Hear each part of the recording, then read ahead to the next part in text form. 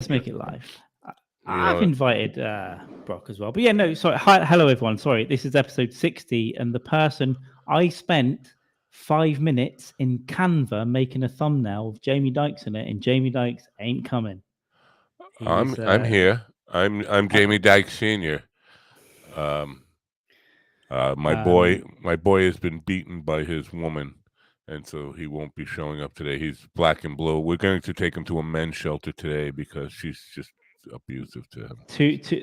As the title of last week's episode was Dream Crusher, because as you may or may not know, Tim Dillon is in the UK next week, and I'm going to see him alone now. And do you know you go why to comedy shows alone? This is why I said to you, yeah, I've got no problem with it. I'll go to anything alone. I'm a loner, man. You know, it's weird. I go to movies alone. Walking through the movie, I could go to a movie alone, but a comedy club, I just feel like everybody's looking at me when I come through the door. Like, why? Here's the thing. This guy? Yes. He's got no friends. He's got no wife. He's got no girlfriend. I get it if it's like you said, you're going to like a proper seated venue, right? Like a real club in that way.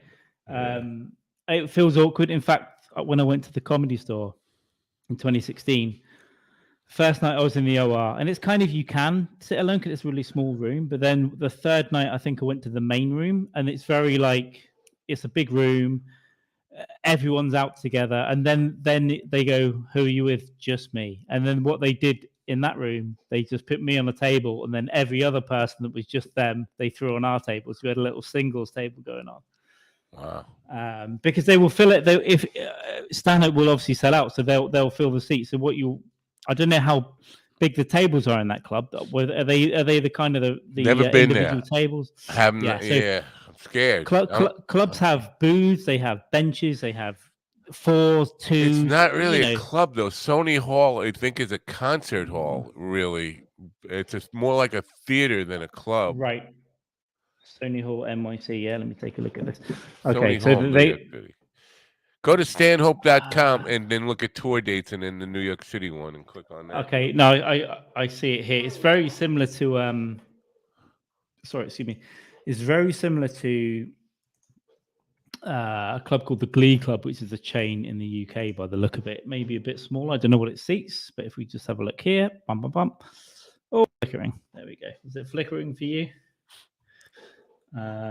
So this is it. I assume they'll see it like this. About Sony Hall. There we go. So they're going to see booths, 4s, 3s, 2s, and 4s. That's what I reckon they'll do. They'll obviously face everyone to the stage for this because it's comedy. Yeah. So on Friday, he's there Thursday and Friday. On Friday, there's a VIP section up front. On Saturday, I think it's all general admission. So that VIP, it's first come, first serve. So I'm gonna go and meet Steve and Kat and Steve there, or Steve and Kat. Oh, nice. So they'll be my dates for the evening. I'm dating a couple. That's what. Hey, everyone will look at you and they'll know what's up. And if Stanhope sees you, if you're near the front, he'll recognize you and he'll know what's up. Yeah, that's what I'm worried about. I'm not sure I want to sit up front. I don't want him knowing I'm there necessarily. I'm gonna surreptitiously, is that the right word? Surreptitiously videotape his show. See this is a high definition video camera. It's a pen. Well, that's just put it in my pocket. Tape the whole show. That's an admission of intellectual property theft, right? Yep. Right on air. And then I'm gonna bootleg sell it, and I'm letting them know this in advance. Mr. Stanhope, if you are listening, I know you're not. I'm taping your show and I'm selling it before, and especially if Hennigan wants to know about this, I'm going to tape Stanhope's show and I'm going to sell it illegally on eBay in advance, so everybody knows what his next special is going to be before it comes out. And there's nothing you can do to stop me. It's it's disgusting, isn't it? It's one of the worst things you can do. Someone did that when Louis was really cancelled. Someone did that to him, right? They took his. He had 2 years off, worked out an hour really quick, and some bitch recorded it and uploaded it to a blog or YouTube channel. And it's like, well, the whole hour's gone now. I know. It's a terrible thing to do. That's just why I'm doing it. Yeah, exactly. Stink chicken deserves all pain, I feel. But I think it's be good. But I agree. If you're in if you weren't going with Stephen Cat, it would be a bit weirder for me. I felt weird at the Comedy Store. It was very odd. I was seated next to this weirdo. But I did see Tony Hinchcliffe and Anthony Jeselnik walked about 17 people, and it was not. I've never seen it, but it was just. It was pretty good. It was pretty nice to see. Like 2 tables next to me basically were full of couples out on dates, I guess. LA, LA, all very attractive people. And Hinchcliffe came out and said a few things. And then the girl that was sat next to me that looked like a Kardashian, she decided to heckle. And she did not have a good time. Might have been a Kardashian if she's a heckler. I wouldn't. That's like typical Kardashian behavior. She did not have a good time after that. Not only did he like slam her, but for about 10 minutes after, he just talked to her out of a 15-minute set, and she was like, "Please stop," and he just went, "Okay," and then he went away and went, "No," and just looked at her and just spent the whole of his showcase set just on her, and I was next to her just dying, but it was pretty good. And then Jeselnik came out, and what's interesting about him, especially like 5-6 years ago, very attractive young man, leather jacket. A lot of people that go to comedy clubs don't know comedy at all. They just go, right? Something to do. So all the girls on the table next to me suddenly got wet, and they're like, "Oh, who's this? Oh," and all the boyfriends are there going, "Oh my God, we know you're looking at him." And then he comes out with killing baby jokes for 15 minutes. I did not know he got that dark. Wow. Oh, Anthony Jeselnik is super dark. Well, I've seen him on not network late TV. Nights. Yeah, right. No, okay. He's been on network TV or one of those as a judge on one of those Last Comic Standings or something. So I can't remember the name of the specials. He's got 2 or 3 on Netflix. There's 2 specials ago. I think it's called Thoughts and Prayers. Oh yeah, his whole thing is very one-liner. It's very tight, not one-linery, but it's very like bang bang. There's a real beat to it, and he goes, yeah, it's all dead baby, abortion, cancer, and it will always lead you down the garden path. He'll just lead you this way, and then it'll just be like, so I fucked, whatever. But he walked half this table next to me, and it was the girls, and the guys stayed. They were like, and one of the girls stayed, but it's like, oh my God. But they'd gone from like squelching in their pants to like this attractive comedian that's come out to him just joking about killing babies. And they were just like, oh my God, you can't joke about that. So I was just loving it, the whole experience for me, because it was just being in the Comedy Store, seeing all these comics that I've seen from afar and watching people that don't know what comedy is just get disgusted and leave. Phenomenal. Well, I miss Daniel Tosh because he used to be that way too. I don't know what happened to him. I think he's got a residency in Las Vegas now, but I miss him. I miss Tosh. He would have bits about Beckham and Jesus getting together and having a baby, and he'd want to fuck that baby. Is it Tosh that's super prolific? I think I heard someone talking about him. Was it Tosh? Like really prolific with material. Yeah. Like would just back in the day churn out was that the guy that did like 3 nights and he did different hours every night? Yeah.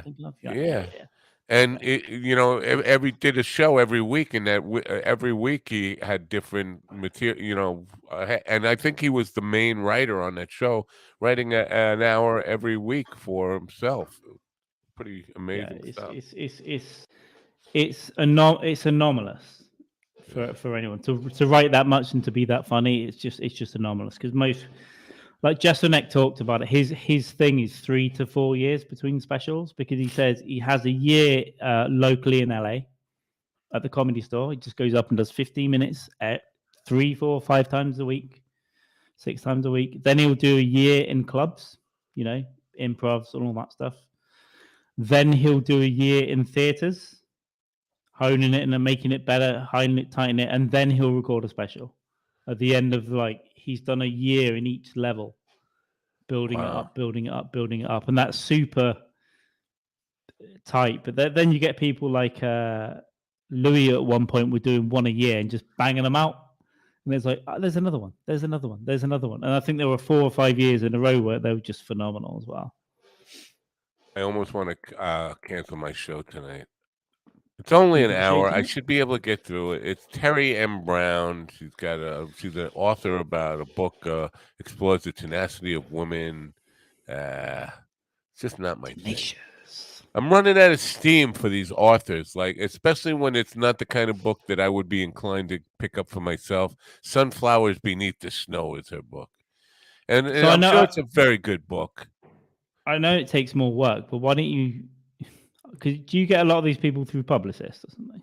Yes. Why don't you try and change that a bit so you get half of them through publicists and half of them? I know like comics you reach out to that you want to, but I know it's more time consuming. But maybe I don't know, hire an intern or something. It's like just to get okay, this is the kind of stuff I'm really interested in. Reach out to people I don't know, but do this kind of stuff. Yeah. Because then you're going to enjoy it more and you're going to look forward to it more. What got me with this one, I usually read through the hook that they sent me, and the hook was a Ukrainian rebel, 3 generations of women bearing consequences, a journey that changes everything. Was the link into this book? Oh, Ukraine! I want to talk about Ukraine. Yeah, get these people on, and then I find out it's kind of like a woman's book. Well, not mutually exclusive. I think they're. I don't know. Maybe it'll be, but sometimes I don't know whether you find, but sometimes when I click on a podcast, whether it be one of yours or anything, right, a Rogan, or anything that I think, and I did say this earlier to Jamie, it's like sometimes I think, I don't know, I don't think I really want to listen to this guest, and sometimes I'll click on it, and within 10 minutes, I'm like, oh, I'm glad I clicked. Actually, this is different to what I expected. It's a more interesting conversation. They're going in a different way, so I guess it's always that as well. You don't know. It might go a different way. Almost, I have to say, almost every time I go into it with an attitude that this is going to suck, it's better than I expected. And then at the end of it, I feel like I learned something from that. It was kind of uplifting for me personally. So I hear what you're saying, and I don't know, because I don't have a lot of time to listen to other podcasts anymore. I used to. I just don't. I don't listen to as many as I would like. There's a lot that I'm a fan of, but I can't get to. And sometimes I won't listen to like a Tim Dillon for 6 weeks. But then what I'll do, I'll bang 3 out on a day. When I'm doing stuff, when I'm doing admin or work or something, I can listen to podcasts. Some people can't, but I can listen and pay attention to what I'm doing as long as it's not too crazy. I was trying that before with you and Jamie, but it wasn't working out. But this is I wouldn't call what we do a podcast. It's just stupid fucking idiots. Well, even so, I mean, it's hard to listen and edit video, especially a music video where you have to listen to cues on the music and stuff. Oh, that's something that I would be involved in. Like, years ago, I used to do a lot of video stuff, and I need to get a new laptop eventually when I move. I've got a shit one now, but I love editing and audio and video. I love it. It's one of my favorite things to do. Get obsessive over little shifting the tracks around and find the sync in and all that stuff. If my business loan comes through, we'll all have new computers and new equipment. That sounds good. I keep getting offers every day for business loans, and I'm like, maybe it's time. 3,000% APR. We can give you $600,000 in spendable, Oh God! Yeah. Sorry, I didn't mean to. Sorry, Jamie. How long have you been waiting there, my friend? I didn't see it. Oh, literally about fucking 20 seconds. I dropped you a message. Sorry. I was like, sorry, Matt. I didn't see it. You didn't hear the part about where I said we were going to have an intervention for you then. Yeah. I didn't know. I need an intervention. Like okay, we're 40 minutes in. There's one to stop you drinking so much, and there's one to stop you being a Bob Saget. Oh, well, wanking and banging my head. When I started that sentence, I didn't know whether or not I was going to go full Bob Saget. Yeah, but I changed it to Bob Saget mid-sentence. So poor Bob. Yeah. Boom, boom, boom, boom. What's happening, Daddy Dog? How you doing? Did you see? But did you see Saget's last podcast interview? He said, "I don't have long to live, and I'll probably be found dead in bed." This was like 3 Shit. days before it happened. Well, you get these like Fuck. prophetic. This is why I believe in a little bit of the woo, right? I think sometimes there's these like prophetic things, like I'm gonna go. I'm gonna go soon. You have a little weird dream. It's connected to the future. Comes back. You're like, that's where you're gonna go. Stop masturbating. I think Kim Congdon recently, very funny LA comic. She said like, how many more comics are just gonna die in hotel rooms, like. Because they were talking about how badly comics get treated. What I'm aiming for and where they are now is like, okay, they're getting road work, they're getting flats to stay in, condos, and they're getting clubs, but they're making them stay in freaky places where there's clearly been sex happening the night before and there's cum everywhere. It's like how these promoters have to know like how many comedians are going to kill themselves in a hotel room before. Come everywhere. Like, I got to give anybody credit if there's come everywhere, because I guess they put like a lone female comic in a flat and there's just fresh cum stains on a sofa. They're gonna be scared, right? The whole night they're there. Yeah, like the Cecil Hotel. Just they know bad shit's gonna go down. But they just and I can't imagine like being a female comic, because it's like you have to go places alone, often in the middle of nowhere. You might have a promoter that's probably trying to sleep with you. That's half the reason he's giving you the gig. And then you got to walk to your car or if you're staying there.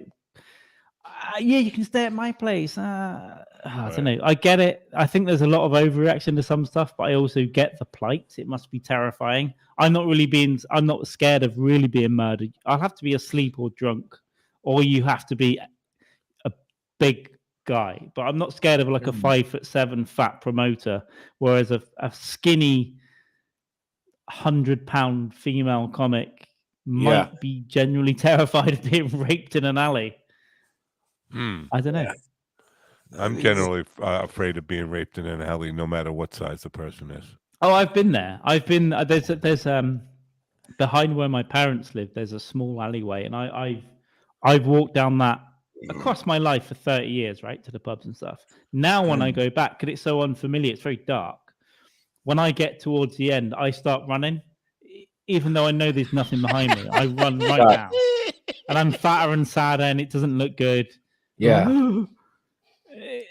Because you start to feel the presence of something, even though it's not. Definitely there, like the dark and the trees.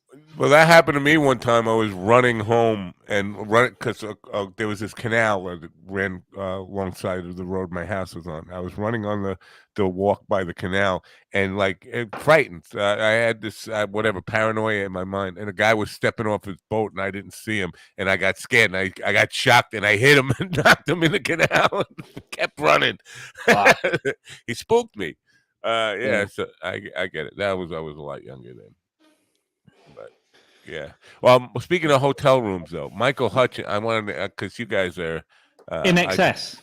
In excess. Yeah. He found dead in a hotel room. Now, I heard a rumor the other day that Noel Gallagher was the reason he killed himself. You guys have this is the whole thing, because when I was a teen, I know where you're coming from. It is bollocks. But when I was a teen, they bullied him though, not long before. When I was a teenager, I loved the whole, because they were a little bit crazy. They were young English lads that were like, "Go fuck yourself." They'd get awards. Just started coming up. Yeah. So they would go. There's an award show here. It's not quite like the Grammys. It's like the Brit Awards. It used to be more respected. Now it's just pop stars. Back then it'd be like, you're a good band, you get an award, right? Yeah. And Oasis would go up on stage, and Oasis would go up on stage and go, "Now we've got our award. Come and fucking take us off the stage on live TV, like 8 p.m. Yeah. Come on, fucking have it." They're all on cocaine and drunk. And so Michael Hutchins, I remember this. Michael Hutchins gave the award. He gave an award for like best band or best live, whatever it was. They won like 5 awards this night, and they took it, and they're all off their head on coke. I'll send you a clip. And this is at a live award ceremony, and Noel Gallagher goes up to the microphone and says, "Has-been shouldn't be given awards to Gunnabees." Right. Yeah. You know, and it was just like they were coked up. They were full. I think the story was he was sticking up for Liam because Paula Yates, the woman who was with Bob Geldof, was with Bob Geldof. Hutchins, and Hutchins, basically, I think there was something between Liam and her, and I read the same article recently, actually. Yeah. Or I saw the same video. So what? Paula Yates was like a little slutty TV presenter, right? And she was on a show called The Big Breakfast, and her bit was to sleep on to sit. She would interview rock stars on a big queen bed.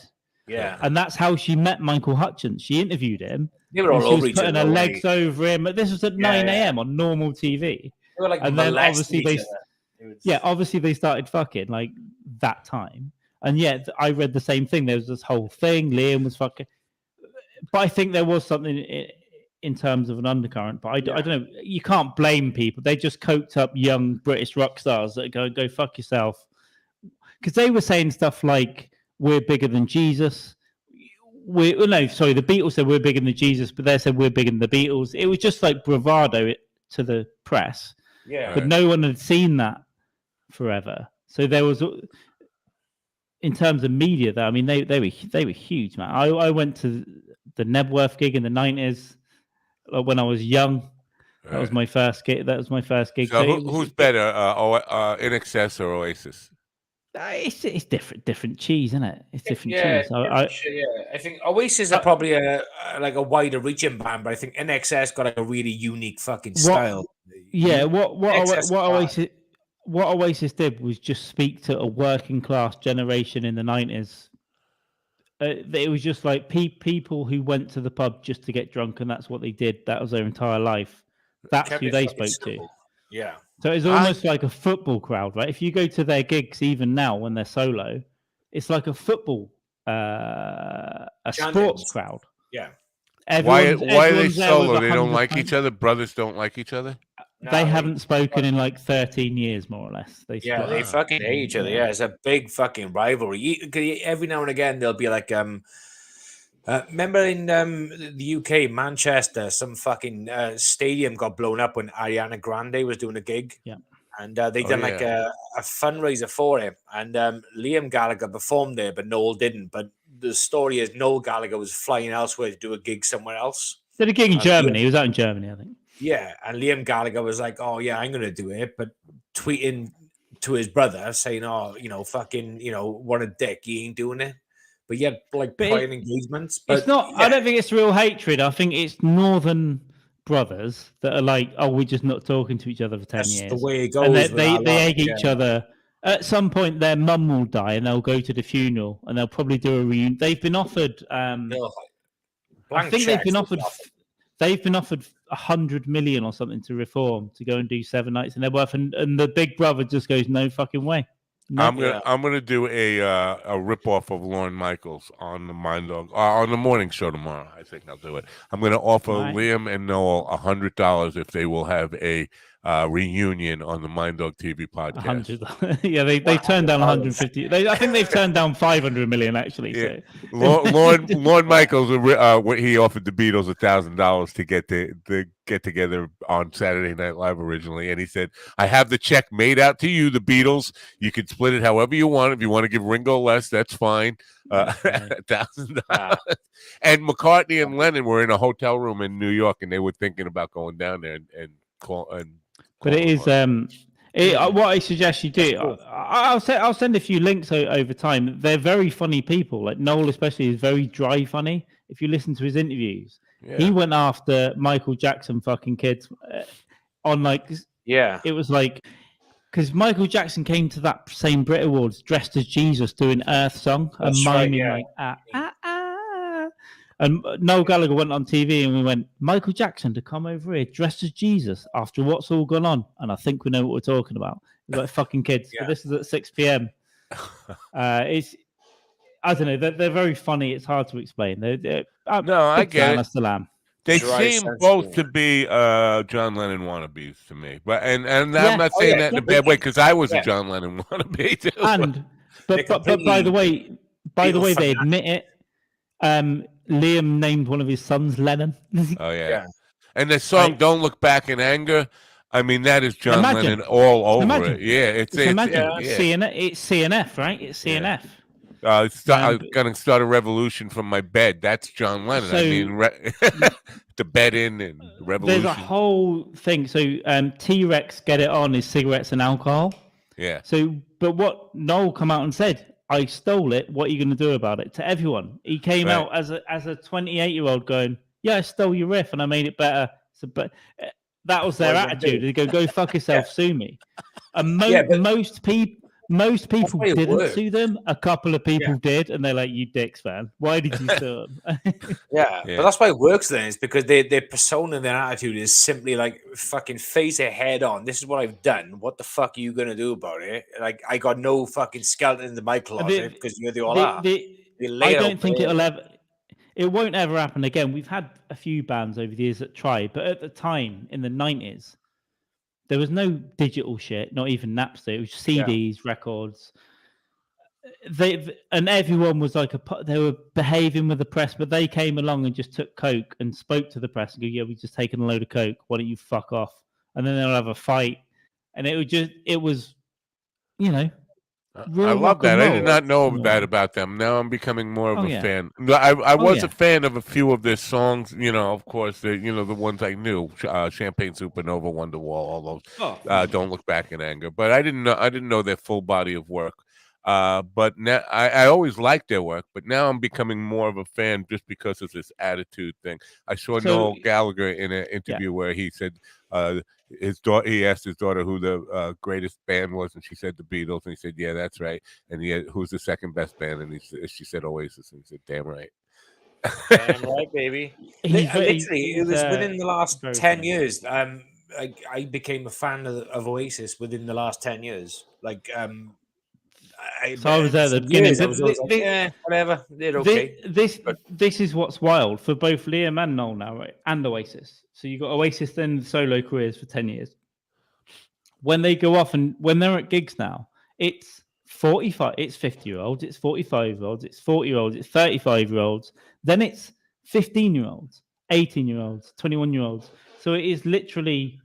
This is one of the only things that I've seen in my lifetime that's passed down 3 generations. Well, the Beatles are like that too. The Beatles are definitely like that. When we play Beatles songs, they were kids 5 years old at the Beats shows that we do that know the music. When did they split up? 69? And I fucking love the Beatles. They've gone through 7-8 generations. Yeah. It's just that whether you like the music or a lot of Oasis stuff is simple stuff, but a lot of it is more, clever than you think, and it's fun though. But why is it lasting 3-4 generations already? It has to be something, right? Oh yeah, no, I think it was pretty quiet. What they did was they did it well. That whole Lennon-esque flavor to their music is definitely, and they did it perfect. I mean, they did it as good as anybody can do it. So, but also, if you look at the strumming to Wonderwall, it's a very simple song with 4 chords, and then there's a couple of chords for a bridge or whatever. But the strumming pattern is actually very original and very unique. If you actually listen to it, it's not just. There's a couple of weird little. I know. When you learn it, it's very simple. But then they just hit upstroke like 4 times at the end. It's pretty. I'm sure there's stuff that was played like that in the 50s or 60s, but it's pretty unique. Not so much. Not in regular pop. Regular pop wasn't complicated until it started getting complicated in the 70s. But I know what you're talking about, and they like "Don't Look Back in Anger" has this unique chord that I think there's a music theorist will probably argue it over it. Yeah. I know the one. Yeah. And there's a guy that goes deep on it on YouTube. I can't remember his name. He goes all behind. He'll break down a song and pull apart 17 tracks, and he'll try and he did a whole video on that secret chord. I can't. I know the chord to that song, but that chord I can't tell you what it is. It sounds like a diminished chord, but I think it's an E with a G sharp, E7 with a G sharp and a bass or something like that. But it kind of is. But then the way he found it, there was like an extra note as well. It's like But yeah, there's clever stuff like that in there as well. And when you look at the early stuff, Noel could play quite good lead. He wasn't like phenomenal lead, but he could play it. Now he doesn't play lead because he hires other people to play it, and he just does rhythm. But the way he plays rhythm is very unique. It's very like the Edge, right?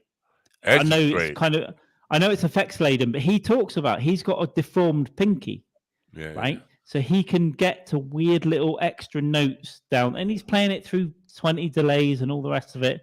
But he says his deformed pinky allows him to get slightly different shapes as well. Yeah. But the way Noel plays rhythm, it's very unique. It's a very unique strumming pattern. Yeah. And it's simple, but it's, I don't know. It's a similar thing to by the way, go on. What's his name from Sabbath? Tommy Iommi? Because he had his fingers severed, didn't he, when he was working somewhere, and he had like prosthetic fucking fingers put on. Yeah. So it's kind of like his fingers can do fucking things the average finger can't because of the fake fingertips. Yeah, I got a pinky that doesn't bend the right way because I broke it on somebody's head before a gig, and then I had to play the gig that night, and my finger was blown up like a sausage. It was like that big, and I had to play that. When I get settled later this year, which is I'll probably get shot before that, but one of the things I want to do is start playing guitar again because I played for a long time, and I just now I've lost all my fucking. You know, when you get the blisters, I've lost it. It's like I'll get it faster. I'll get it back faster, but I the therapy of playing an acoustic guitar for 10 minutes a day, just picking it up and playing a couple of chords, fucking around is great. And then when you learn a song, I don't have to tell you, Dog, but when you first learn to play a song all the way through that you love and you've always like, it's like it's weird. It's like coming into a musical space. Like that far, right? Yeah. Yeah, but with Hutchins, when he was found dead, there were like all sorts of sex toys and the autoerotic. He was a kinky. He was a kinky boy. It wasn't asphyxia wank. We think, right? It was a belt. Yeah, like proper belt on the neck. An orange in his mouth. Yeah. Yeah. That's embarrassing. That's an embarrassing. Oh God, way yeah. To go. Oh God. I mean, there's Yeah. nothing wrong with doing that in your life, but you don't want to die that way. It's kind of you want to die with dignity. I have to say, I used to work for an organization that we had to submit stuff from the organization to the government. Right, this was years ago. I got asked to find out how certain people in the organization died. There were 3 people. I've got to be careful what I'm saying. There were 3 people who died, and I had to find out why I had access to every piece of data you can imagine in this big organization, right? I had to find out why they died and whether it is ethical or not, whether we could use their work for like a thing. And the 3 people were, I'll tell you how they died. Okay. So one had access to a cyanide-like chemical with his work, right? It was in a research setting. He stole it, went home and took it and died, right? That was one. It was like, yeah, we can use this stuff. He just killed himself, right? The second guy threw himself out of a window, went through a glass. This was in Cardiff, Jamie, by the way. Went through a glass shelter and burst and was found by cleaners. And we couldn't use his stuff because he left a suicide note blaming the company for overwork. So like, but can't use his stuff. That'll get found out. The third one was found hanging from a tree in a couple of fields back from his house in a gimp mask. Wow. And when I imagine me going into a boardroom telling like a big senior person like how these people died and why it's okay to use their work. And on that one, I was like, this is serious. But as I told him, I honestly, I was just dying laughing. How did a fucking gimp mask, man? So I was like, I can't not tell you this without laughing. It's like, by the way, he went out to walk the dog, and his wife found him like 5 hours later. I know it's a tragedy. Right? I know it is, but it's never not funny. Yeah, it's never not funny. Yeah, especially Brad Brock is writing the God, script. Fucking hell, Jesus Christ! This is why you gotta be careful about how you go dying. You don't want people laughing about your death. You want to die with some dignity. So this is why cats did just disappear. Cats know they're gonna die, and you never see. They'll just go fuck somewhere. off like into the wilderness. Yeah. What about Tommy Cooper, the fucking Welsh comic? Dog, do you know Tommy Cooper? No. Tommy Cooper is he's a Welsh magician slash stand-up comedian. Okay? See, I never knew he was Welsh until you said the other week. Yeah, he was like old school Welsh slash He was like a magician. Yeah, he's just very basic standard jokes, but he used to do very basic magicianry shit. Nothing excessively fucking. I describe him as like a almost like cabaret, like cabaret comic slash comic. Yeah. He wore a fez. I'll try and bring a picture up. He wore a fez. Yeah, bring him up so the dog might recognize him. But he everything he done was a joke. He was fucking constantly telling jokes on TV programs, everything. And this one day he came out on a live TV performance and he just dropped down on the floor. And people were like, ha ha ha ha. And after a moment or two passed, everyone was like still giggling. Oh yeah, I know. You've seen this fuck. Yeah. Big, and after like, a few minutes of being on the floor, and they were like, oh shit, this is real. And he had a fucking heart attack, like dead on stage, live. That's how I want because he was such a practical joker. His style was like, it was almost Elvis. It was like, you see the fair, and he did these weird little tricks, and it was funny. Yeah. But then he died on stage, and the audience was like, yes, Tommy. Yeah, people were just like going, yes, Tommy, clapping and shit, and the poor fucking and he's like, heart attack. Yeah, but a couple of years ago, my daughter's 14 now, so she would have been about 2, maybe 3 then. So it was a long fucking time ago, 11, 12 years ago. Anthony Hopkins, who's from not far from where I live, he came to Caerphilly to unveil a statue of Tommy Cooper in Caerphilly. And Anthony Hopkins done a speech, and he done a Tommy Cooper sketch. He done a few minutes of Tommy Cooper jokes and stuff as well in Tommy Cooper's voice, which is fucking hilarious. But he took his time he literally came from the States back to Wales to do that, and he shortly went back home. He should have faked his death on stage just to fuck the people with people's heads just a little more. It's like, I'm doing a Tommy Cooper bit and then just die. Oh. I'm just gonna die, bitch. Just fucking. But I forget, I forget how many people are Welsh, but it does remind me of the Black Israelites, right? Because there was a Louis Theroux documentary where we came to New York. Obviously, Doug, I'm sure you're aware of the Black Israelites. They're insane. Yeah. And they'll film everyone. But he went around with them and they were saying, do you know everyone who's ever famous is black? Like Tom Jones, who's obviously Welsh, but they were going to all these people going, this famous person, it's black, dude. And they just I saw them in Birmingham here. I've seen them twice when I've gone up to do comedy and stuff. They in the town centre in their purple robes, all kinds of like weird, like alternate reality shit that they're talking about. But they've also got a camera to fill the crowd. But I always heckle them. I love it. It's just like, what are you talking about? Like everyone of historical. I mean, we all came from, I guess, Africa and stuff. But to say that, I don't know, John Lennon was black. It's this kind of craziness. I don't know if that might not be an official statement of theirs that John Lennon was black. It's that kind of stuff. It's like, this guy, everybody's Socrates, black guy, dude. And you stole it from us. It's like, it's kind of, I get, it's almost like wokeism, right? Progressiveness is a good thing. We have to accept that white people did some terrible things, but we didn't steal Socrates from you, like. That was ours. So we learned something new about Scott Curtis today. He mentioned a jerk-off sock. I don't have a jerk-off sock. I never had a jerk-off sock in my life, so he must have one though. Because I never had one in particular, but I have done it. Yeah. No one keeps one. Surely you got to use it and just disregard it. Just get rid of it. No, Like, just wash it. I never Wait. knew it was a thing until well into my 20s, and I was like, "What do you mean into a sock?" And then I tried it one day. I was like, "Oh, it's kind of convenient because it mops up everything. It's there. You can kind of pretend it's a vagina, kinda." A sock. Then you'd have to throw the sock out. You're never gonna wear that sock again, are you? Yeah, it goes in the bin, but you know.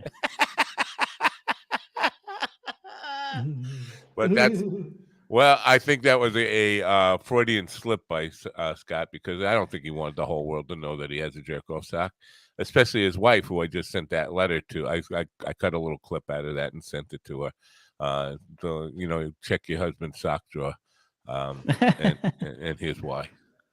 So check it out, bitch. So serves him right behind the bits boy for messing with me. Yeah, motherfucker. I know I got everybody's home address, so I just send them. That is a hand. That's mainly we're going to use you for obviously MacBooks when you get a business loan, email contacts, and then home addresses. If our careers fail, it's just home addresses at this point. We're coming to your house. Yep. Yeah. And I think it's fair. I think it's a fair thing to do. If careers fail, go to someone's house and say, "Hi, do you remember me? Now we're going to have some fun." People freak out when you do that. I used to do that often. Like I don't do it anymore, but I was known to do that, especially in the early days of the internet, like 2000. That's not so early, but the early days of social media, when people would fuck with me, I would just show up at their house. Like I don't have any fucking patience for this shit. I'm gonna come right to your house and knock on your door. Yeah, that's the way to fucking do it. Whether you're a badass or not, just showing up there scares the fuck out of them. Yeah. Hey, wait a minute. You know where I live? Yeah, I know where you live, and I'm here. Doxing now, it's now illegal. So although sometimes social media companies let it go if it's like they're kind of on board with it. And then it'll be like, oh no, it's totally illegal. I saw someone not dox someone, but I saw someone dox someone's job and employer today. It was quite funny. But the guy deserved it. He was creeping on some hot girl. And actually admonishing her for, with COVID where you can all work at home now. Yeah. But she's like a marketing girl. Hot as fuck, by the way. And then she goes, "Oh, I've been told I have to go in 2 days a week, which will cost her £120 for 2 days because she's got to travel across whatever, London or whatnot, and come back." And she refused. And then she had some guy in her mentions going, "You just don't understand. You're not a company woman. You don't understand. You need to pull your weight." So was that on like Twitter? 10 messages. Like recently? Like I could swear live on Twitter today, and then she was just like, "No, I'm quitting my job because of this." But it turns out she found out his LinkedIn, and he's an agent for commercial property in London. So he's like, of course he doesn't want people to work at home. He wants people to come in and lease offices for 500 grand a year. In commercial London. Real estate is taking a beating. I had a guy who was a Londoner by birth, but moved to Boston, Massachusetts. Was a fireman there for 20 years, and then quit and did more. Lazy. He became a billionaire in the flip it market. And now he's in commercial real estate, and I've had him on my program a couple of times.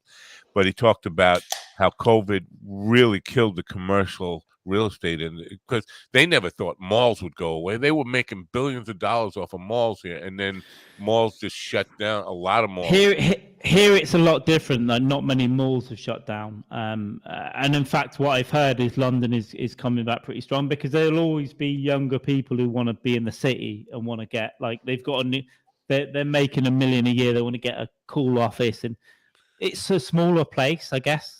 So there's always a big demand, but it did fall off a bit here, I think. And most people that have an office job know you don't need to go to an office.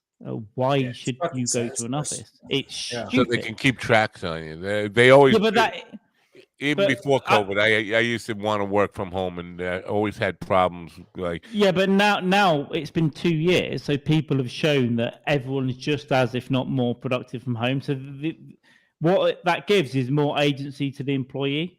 So if a company goes, you have to come in they're now worried about the Great Resignation, right? It's like employees would go, "Oh, go fuck yourself. I'll find another company that will let me work from where I want." So what happens is you don't just lose employees, you lose tens of thousands of pounds per person because you lose a whole year of training and getting used to the it's a lot of place fucking, and the system. So I think companies will have to come round to it. It's like no one needs to be in the same place as someone that probably complains save that it's money cold. that way too. Save money by not having as much office space needed. Yeah, so a lot of the progressive companies you're going to pay, to make sure that the working environment's all safe, secure, the fire drills they're going to do, and all sorts of the progressive companies they're saving 50% of rent because they go, okay, if you want to come in, instead of 4 floors on this high rise, we'll rent 2,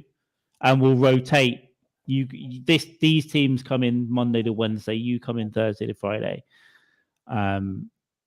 So the companies that are switched on know how to do it, and they'll keep their employees happy. If you're a company that goes, we want you to come back in, it's not going to be good. Yeah. Nope. The one thing people are going to have to be conscious of is IT security is going to have to get a lot better when you're having so many people work remotely, because you can't, once networks are open, it's inviting like right, but you can get around that by supplying laptops that are like bit locked or something. So people have still got their own. Yeah, we have to dish out. People still got their own network, but if you give out a laptop that has to have a BitLock password to get in, to then get into a company VPN, to then you can do it, but you've got to spend a bit of money. Yeah. My play. I got a PC from work, and we've had a couple of updates in the last 2 years, and they are fucking like pain the fucking ass to work through. It's a step-by-step guide, this, that, the other. But yeah, to log in, you've got to fucking do a few checks and measures and balances. 2-step, and sometimes you can get a phone call from Microsoft in the US to like confirm the login, and you can do all kinds of stuff. So yeah, shit companies will get a problem, but if you've got any sense about you, but I'm sure hundreds of companies will have a problem because people are fucking lazy, and they'll be like, oh, we'll do it next month, and then all of a sudden all the data's been hacked. But infrastructure's fucked. Yeah. So Doug, who is the who's the most not insane, but if you take the last, I don't know, 2 months, don't mention any names, but what's the guest that's come on and you thought, for fuck's sake, dude? Like, what? Don't mention name, but like, what's the subject area of like, you've got them on and it's just worse than you thought, or as bad? Is there a subject area that you've just gone, oh? The psychics drive me crazy because I'm a skeptic by heart, and I can't be rude to them, especially. They're being nice to me, being on the show. But I tell them up front I'm a skeptic. But I just have no patience for this whole idea of we're all interconnected, love, or one big consciousness. I know, babies. Yeah. Hey, I've got a space tapestry, so I'm half on board. But I get it though as well, because I'm trying to be objective about everything. But there are sometimes I'll lean towards a belief this way, and then I'll come out of it. I get the energy thing, but when it's all love and we're all connected by love and energy, like get the fuck. I know, guys. If there's love, why do we all hate each other? Why am I starting to hate you right now? You're falling off. We're falling off the track there. As I said, I've got, even from the polython, I've got 1 foot in it, but it is a skeptical foot, and it is like a, I don't know, dude. But I don't hate the idea, but I don't like. If you have the knowledge now, that's what I hate. If I know this is the way it is. No, you don't. And I really get, and I think this probably comes across in some of the arguments I've had with Mike Zinn about this stuff. I don't like people who think they've found enlightenment. But that's what I mean. That's what I mean. That's what I mean. It's like if you think you know what is happening, no, you don't. And stop going to people, and it's because of this and this and this and this. Right. I think the way to discuss it, if you have an idea, is to say, it's a thought experiment, right? It's like, what if this, what if that, and then you can kind of debate that sensibly. But yeah, I think both of you react back. It's like when people go, this, it's because of this and this and this and this, and without shit naming people, I had a DM with that person, and I like him, and I want to go on the show probably because I'm kind of interested in it. But the DM got a bit heavy very quickly, and it got a bit weird, and I was like, I don't know, dude, I'm busy. Yeah. That's what it was. But I didn't think that person was like that either. But it turns out 3 DMs. Yeah, it's this, and this, mate, is it? Screenshot that. Send me the name later because I'm curious to know who that is. Oh, it's the person we've just been talking about. The better one of the two. It's not anything. I know. I still want to. By the way, I still want to go and do that show and think about it, but I'm just not. Yeah. Well, I felt on board. That person, because the person he was on was a big prick. And, well. We're not gonna take it. We're not gonna take it anymore. Even that though, at the time, I was kind of like, I didn't see it that way because I'd been balls deep in some of the stuff for a while before, so I didn't really get that offended by it. But I could see that it was that thing that was like, it's because of this. It was an assurity that you're correct. It's like that's mental. What do you mean? Yeah, you can think. I think you can think about it. Yeah, and for me, throwing totalitarianism in your face, just conform. Don't ask questions. Just as like, what the fuck? Yeah, for me, it is a personal thing, like anything. It's like if you can go and if I can take mushroom, not that I am right now, but I would like to, I can see a little psychonaut space for 10 years, and then I'll go and think about my own things, and that'll be for me to apply to my own life. That's it. Yeah. And maybe I'll meet someone and go, have you tried mushrooms? Like that's as far as it will get. Or have you tried ayahuasca? Whatever it is that I do. But it would never be like, it's because of this. It's for me, it's an interaction between your brain and whatever drugs you're taking and whatever experience you're having, and then you need to learn to apply that to yourself. That's it for me. Like, you shouldn't be telling other people what's what. I think we're all a work in progress, and you have to find your own path to peace and whatever comfort level you have with getting through this life, and especially people who were born with somewhat of a silver spoon. When they start talking to me about how they know the answers, I just get really turned off by that stuff. Well, maybe they could afford the DMT since they were 14, so maybe they do have the. So that's the other part. It's like, you could afford all the drugs, right? Yeah, I have a comment. I have a comedian on next week. I'm really nervous about.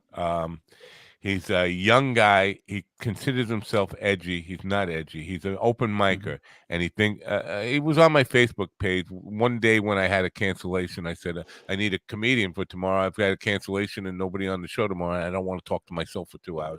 And this guy volunteered to it. And then I said, nah, I got the date filled, because I did actually have the tomorrow filled. But I said, take a date next month. And he took a date next month. And then I started looking up him after I said, go ahead, take a date.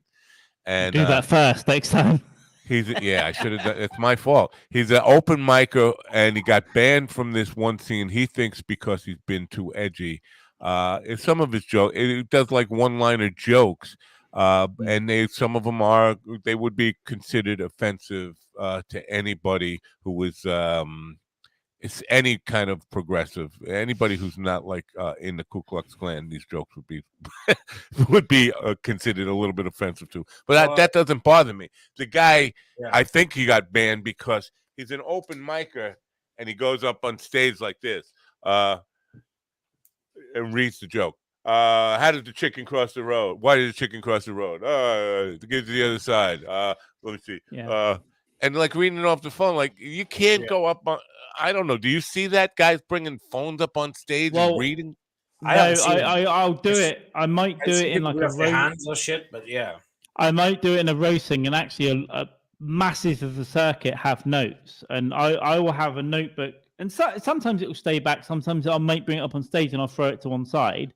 But I do part of it is an autistic thing. I'll write my set list on the inside of my hand. So if I do I do refer to it because I'm not at the point where I can just remember everything right now. And the no way I problem with notes. Verbatim them off your phone. It's holding the phone and reading off the phone. Oh yeah, yeah. It's Yeah, like, you've got to at least be in a place where you're bullet pointing it. You've got to be at a place where you can go, granddad, and then you've got a bit right. Then you're interacting with the audience, looking at it, reading it word for word verbatim off your fucking phone, like fucking. It's just right. Why don't I just follow you on Twitter instead of coming out to see you? How about that? But I'll tell you, I'll tell you that pro comics do it sometimes, but they normally tell you, like here the comics do a work in progress thing, right? So if you get a big comment like Frankie Ball or Jimmy Carr, they'll go, "This is the work in progress. It's above a pub," and they'll come out with their notebook or their phone and they'll try out 300 jokes, right? And they'll go, "No, yeah," and they're testing it, right? They're kind of, it's a bit of a different culture. In the US, I've seen people do it at the Comedy Store with their phone, but it tends not to be the bigger comics. But sometimes people get out. It's kind of bombing because at the Comedy Store it's a weird one because it goes till 2 a.m. or it used to. So there might be 6 people in the audience at the OR. So it's kind of a weird vibe. And they're like, they'll get their phone out and go, "What did I write today?" And like, "Oh yeah, tits," and then they'll put it down. But it's still kind of bullet pointing. They're not reading verbatim. I don't have any problem with it, even because I remember seeing comics with back in the day with like pieces of paper that they would put on the bar stool that had like bullet notes, just like one sentence to give you a start. I do that a lot. Yeah, that's not. But holding your phone up like this when you're on the mic, that to me is like. I would do that at like a roast or something if it's something it's kind of written. It's kind of it's not really a performance. It's kind of like, okay, but I wouldn't read. I would hit a few bullet points and put it down, right, or something. But the note thing is weird. I've got have had a really good memory, and I've done stuff in the past where I've had to remember a lot of stuff. But for some reason, sometimes at comedy nights, my memory goes to fucking shit, and I don't know what it is. It's like, I'm not doing that into the mic, but in my head, I'm like, "Fuck me, dude." So I'll put a notebook. I'll have a note here. And it'll be like, I'll have to look at a word and go, "Fuck, that's the fucking thing, dude." Because a lot of the stuff is new. And what I'll do as well, if I don't like to go first or early, I like to go later. And I like to sit back, and if stuff's happening, I'll write stuff that's happening at the night. I'll write something about an audience member or a comic. Yeah. As I'm doing it, I'll be like, whatever I'm thinking, and I'll try and add it in. What I'm doing. The bit. So sometimes I have to look at that, and you get up and you go, this guy, and you. Yeah, I had two particular guests, and I don't even mind naming them because they were the 2 worst guests I'll ever have, and never have any. Those were mistakes that I didn't learn much from those mistakes because I still leave myself open to that kind of stuff. One was the Hollywood Dwarf. The guy, he played Chucky. He was the voice of Chucky. He was Howard the Duck. He was. I loved Howard the Duck. Ed Gale is his name. Total racist dwarf. Angry little dwarf. Oh, he was a racist dwarf. Yeah, he's not only racist, but he's homophobic. Even though he's homosexual. He's in a gay marriage. He's in a gay marriage to a black Filipino man, and he's a racist homophobe. He's a racist homophobe, and he's a gay. Transracial married person. I'm sure we spoke about this before. On the other end of the spectrum, Bill Burr went up at SNL a few years ago and talked about white women, and they went crazy. The white women went crazy, and then a load of people on Twitter went, "He's married to a black woman." They go, "Well, that's how white racist men, they keep a woman as a slave." Yeah. But by the way, if you've ever heard Nia Burr talk, she's in charge. First of all, no, she isn't. She's a very intelligent fucking individual. And what an insane thing to say is that this is a white successful woman get slaves. They marry black women if they're racist.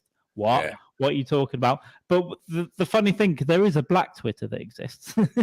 And black Twitter came out and was like, it was funny shit. And it was all, it was all, what are all these white bitches moaning about? And the joke was about white women. It was only white women that got offended, and they called him a racist. But black women were going, "No, he's not." Yeah. White women in White their women are Gucci shoes. crazy. He predicted it. He made the prediction, didn't he? He said, white women are going to get offended. He with actually, because he because kind of bombed at SNL. So what happened was Legion of Skanks, Louis G. Gomez's thing. They run it at the Stand now, the Stand New York, and Burr came in last minute and went, "Can I run my 15 minutes after Legion of Skanks?" I went, "Yeah." And he went up after Legion of Skanks and fucking slayed, because it's comedy fans with that set. They were like, "This is phenomenal." He went into SNL the next day and half the audience like, nah. Because you can tell how whether they're piping in laughs for the TV, I don't know, but you can tell how he's reacting. He's like, "All right, moving on." It was like, he's just like such a pro. He's like, bang, bang, bang. You white women with your Gucci boots stepping over the fence of oppression. It was such a well-written thing. He did that when I saw him do Paper Tiger the summer before. He came with the whole new 2 hours. It was crazy. But he did like 20 minutes of that stuff against white. And it was just hammer, hammer, hammer. And these were people at the theater. A lot of them were comedy fans, but a lot of them were just white women on dates. So it was that kind of stuff. But yeah, it's wild stuff and good stuff. Yeah. So Ed Gale was an angry little dwarf, but he was angry about a lot of stuff. But he wanted to He's be a dwarf. He wanted to be like my permanent co-host. Yeah, and I was like, What? no, you can never be on the show again. As in fact, I'm coming bored. Yeah, dropping N-bombs like crazy. Oh, well, I like him again then. Get out. What a great guy. Yeah. And he was just angry at the world. Of course he is. Yeah, it's just really, man. Then the other of course guy. he is. He's as high as a vagina and he can never taste one. Yeah. He's a gay dwarf, Michael, a black man. I don't think he ever had any interest. From what I gathered, his father hated him. Father hated him because he. Yeah, I would too. To be fair, Yeah. Jamie, if you imagine if Keely spat out a dwarf, you wouldn't like that kid. You'd be like, "Oh, I love this one too." Yeah. Tyrion Lannister, get the fuck out of here. So there's a bit of me that's on his side. It's like, yeah, we would all hate a dwarf kid. Yeah. You could use him as a party prop. You can dress him up and sell him for parties. And at least throw him at a dartboard. Yeah, throw him at a dartboard. Coke him up so he doesn't know who's doing what to him on parties. Just whatever. Just charge good money. It's fine. Right. Bowl of cocaine. Monetize that fucking shit, man. Monetize it, baby. Yeah. Yeah. The other guest that just baffled me, and just a kid who asked to be on the podcast. And then when he came on, first of all, he was late. He was like 20 minutes late. And I was about to bail when he finally came on. I did 20 minutes without him. Finally shows up, and I look, and I like, is that your family behind you? His family was behind him eating dinner at the dinner table in the living room, and he's doing a podcast from there. And his sister was half naked, chasing the dog around, her ass flopping. Was she hot? Out. No, she was fat and chasing the dog around, and she had an unattractive ass. And he didn't talk. I said to him, maybe take some uppers or something if you can get some cocaine or some amphetamines or something, because you are like the worst fucking guest. Yeah, but probably this sounds like someone whose family has got a PC in the dining room, and all the family has to use that PC. Yeah. It's like some oppressed. I knew someone like that when he was like 25. He had to use a family computer. This wasn't that long ago. This was like, I don't know, 8 years ago. He had to use the family PC to like. Yeah. So he never had a girlfriend. He couldn't do anything because the mother is there. Like, what are you doing, Craig? Right. But I would ask him questions, and he'd say, "Yeah." Yeah, because he can't answer because his family behind him. Right. Well, then what? Don't come on the fucking show, and don't ask me to be on the show if you can't do that. These people are mentally ill. Most of the comedy community is mental illness. And he's got his own podcast now, and I'm like, of course he has. It's called "I'm Gonna Kill Myself Soon," episode 52. I talked to one of the psychics he invited on. I said, if this, I see you're going to go on his show. I said, just be prepared. He doesn't talk. You have to carry it. She said, yeah, I know. They'll know that because they're psychic. Yeah, I know. She said, I asked him to take the episode down because it was just too embarrassing. So it's mental illness, though, isn't it? And I don't know what my right is to say all that. But family members of mental illness, I guess. But also, I don't know how much is this. Are you just humouring me? Is it? Am I that guy like going? Oh, come on my podcast. There's a and you guys line are you just cross. coming on. There's a line you cross between mental illness, which I think we all have to some degree, and debilitating mental illness, where the whole world absolutely knows instantly. But if I've got that, I don't know it. Right? I don't understand. I'm like, this is great. This is going good, and you guys are going. Like Inman has no self-awareness. Inman has No, absolutely no self-awareness. And like I said to Jamie earlier, that episode we did make mistakes on it, Inman is someone I've seen from afar as well. We hear people complain about him, right? We had him on the podathon. He was kind of calm for the most part. But when he came on with us, but also I'd interact with him on Twitter. He seemed cool. When he came on, it was a bit difficult. First of all, Jamie had a delay. So when he was talking, it was difficult to separate those two. And then I was figuring out when to come in. But then I kind of wanted him to be Inman. I kind of wanted him, instead of being shouted down every 5 minutes, kind of like, tell us a story, man. And he prepared. He texted us earlier. I prepared 3 stories. It worked. Like, cool. Yeah. Tell the stories. When he was telling most of them, you're checking the chat, you're checking this, you're checking the internet. Things are freezing up. So a lot of it, I was kind of aware. One of the stories was just going fucking nowhere. What we decided was we'd like him back down the line, but we will push back a little bit and we'll be like a bit more normal. Anytime you want him to just go bizarre, you just say, by the way, I think the Unbookables was a terrible film. And then you just... Well, we've already,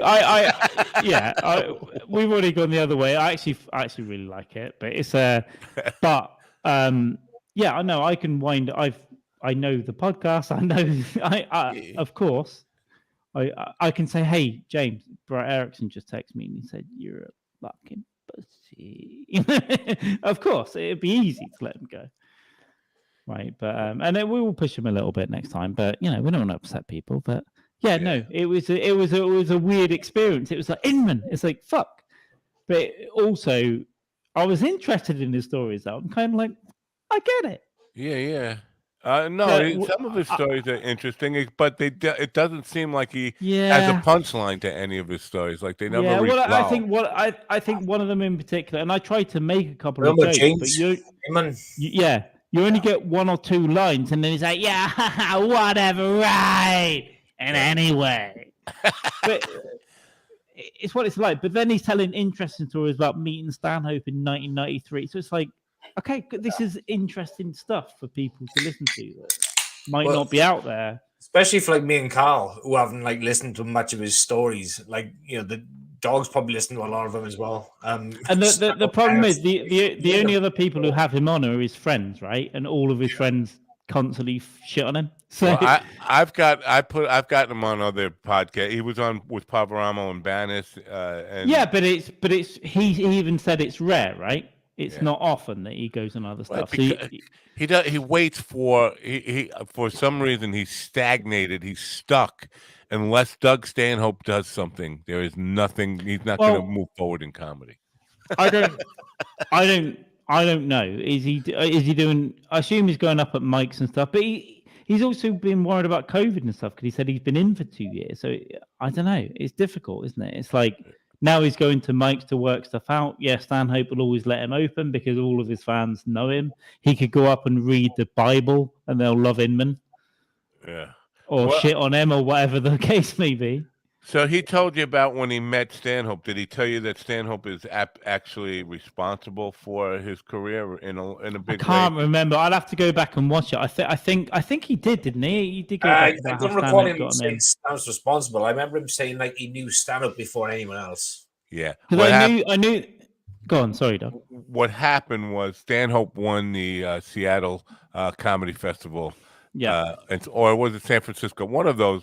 San Francisco, and Joey Diaz came second because I remember Diaz used to tell this story as well about this. Inman won the next year, but Stanhope was a judge, and Stanhope was the one who passed him and got him through. As a bit. Yeah. So his whole career, basically was made off of him winning that competition. That's the number one thing on his resume. But though, isn't a lot of comics career built off of one jumping point? Absolutely, absolutely, it is. And by the way, Stanhope's obviously a legend, but he must see some, whether it's just a life bit or he must see something in him, and it's just like he knows that he's not another Stanhope, but he knows that he's Inman and he's really unique. If you look at that Unbookables film, Andris, Lipsky, they're all very unique very unique characters, even within comedy, right? Erickson. Yeah, but I'll say this about Stanhope: he's the kind of guy who, wonderful person. I'm not saying anything bad about him, but he's the kind of guy who will purposely add something to the mix that will fuck shit up. And I think he wanted James to win because James was not really sharp at that point, and everybody else was like, "What the fuck?" Didn't know what to make of him. And Stanhope, wouldn't it be great if this motherfucker wins? Let me see what I could do. but you know, but it became a weird suit because even if you look at that Unbookables tour, everyone bombed. Everyone. Some people would have good nights. Some people, Andris was bombing. They everyone was just fucking too drunk, too fucked up. They were partying. Some nights would go well, but that's why I loved it, because it was a real representation of what comedy is. You go into these weird little rooms, and half the audience fucking hates you immediately. You can't even say anything. Right. Yeah. But it's just fun. That bar they went in where there's chicken wire and people can throw shit. The Blues bar. I googled it. It's not there anymore. It's been renamed. But that gave me ideas about maybe down the line I could do something like that here, like put up a safety screen and just go to the comics, be as fucking crazy as you can, and fuck the audience, and give the audience like plastic beer cups or tomatoes. It's a whole ordeal because you got to clean up after. Because you saw. The guy that dressed up as the devil, what was his name? Norm. Yeah, so you saw him sweeping up after at the end of that gig. So clearly the comics have got to clean the mess. It's like that kind of cheap they had deal. all fucking like a tarpaulin in the background and shit. And you had to But that's proper comedy to me. It's fucking wild. And I'm not at a stage where I want to go on a tour in a camper van and drink for 3 weeks. I'm just not. I can't do it anymore. I'll die. No, that's a young man's game. I would do that in my 30s. They were nearly 40. They were nearly 40. No, they were in their late 30s, right? Right. Yeah. At that point. Yeah, they were.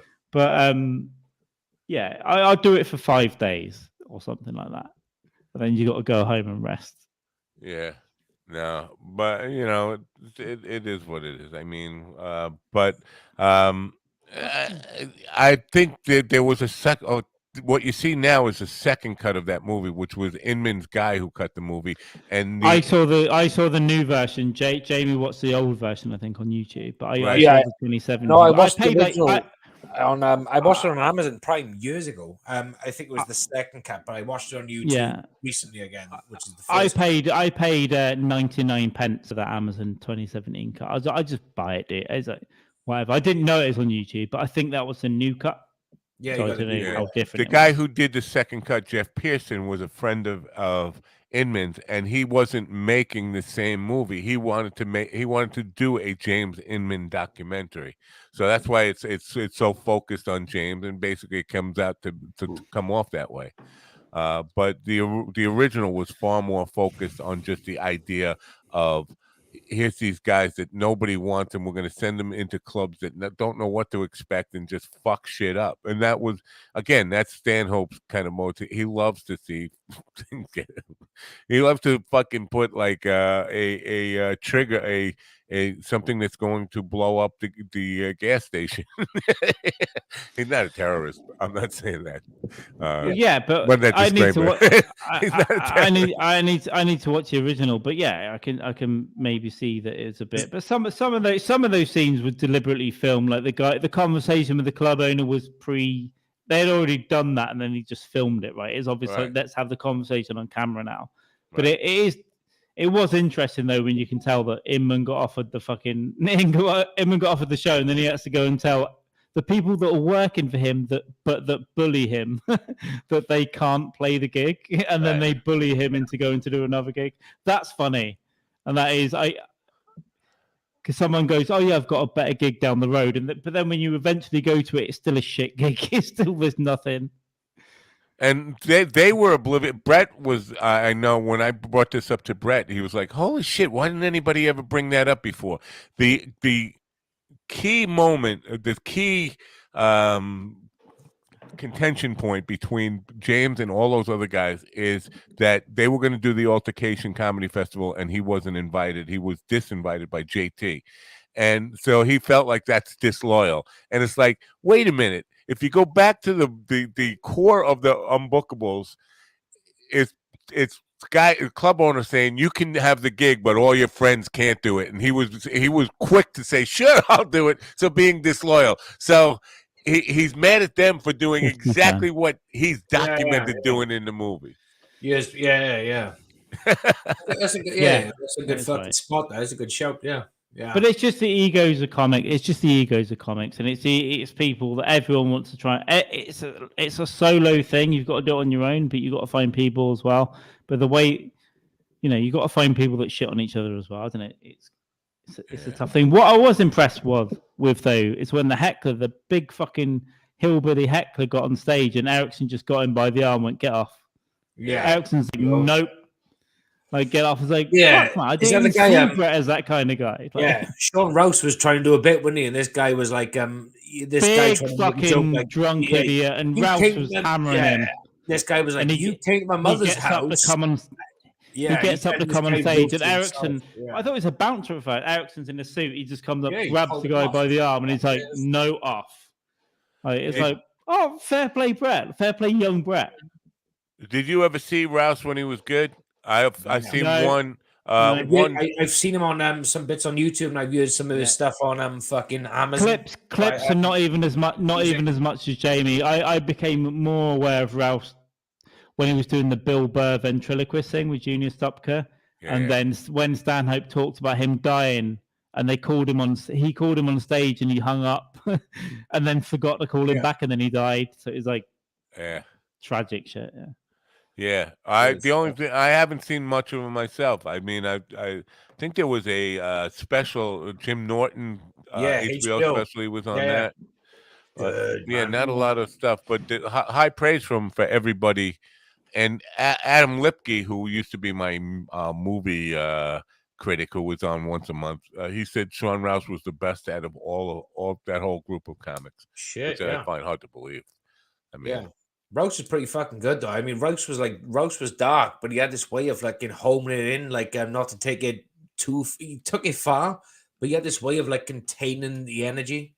Yeah. And it was just fucking he was quite like timid with his sort of deliverance, but it fucking struck hard, man. I think he does a great delivery of his jokes. Like I love this fucking bit on again. It goes back to the Unbookables shit. But if it wasn't for the Unbookables, I wouldn't know who the fuck Sean Rouse was. And it's the tsunami joke. I was in a tsunami warning. It's fucking horrible, but it's fucking beautiful at the same time. You know what I mean? It's what a joke.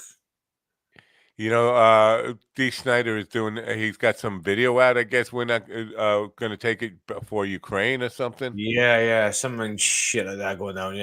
Yeah. We're not going to take it.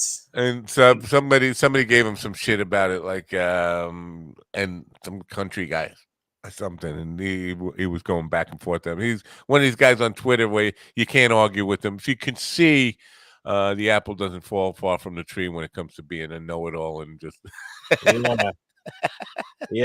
having the answers to everything. I find like people who just want to fucking sing to end wars or end hunger.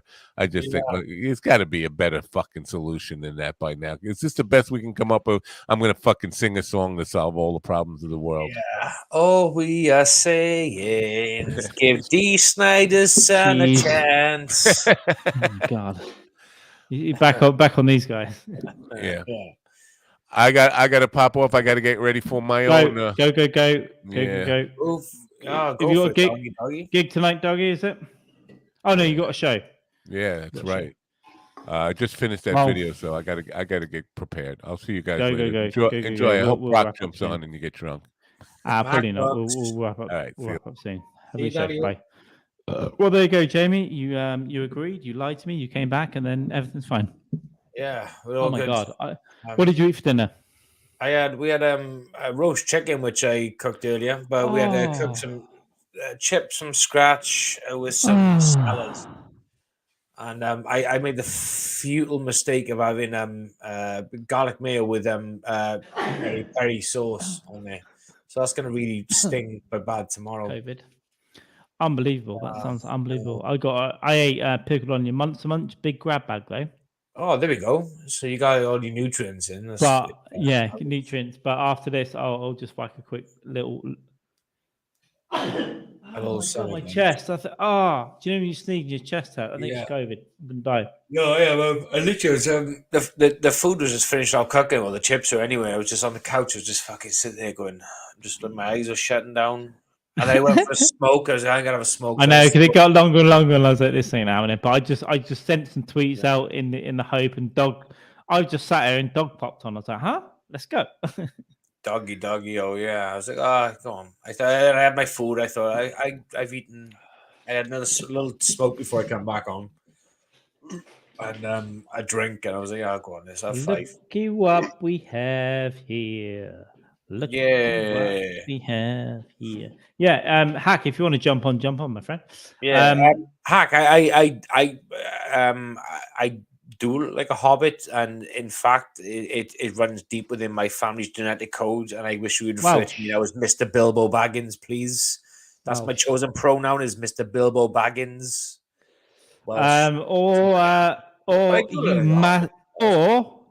You massive Bob Saget, which is something I will use. Jump on the podcast, Hack. Actually, I was going to send this Hack earlier when it was all collapsing. If you want to, you can jump on. I'm dozing off anyway. You just might as well just do it and I'll fall asleep. Everything's fine. Jamie, we're too high.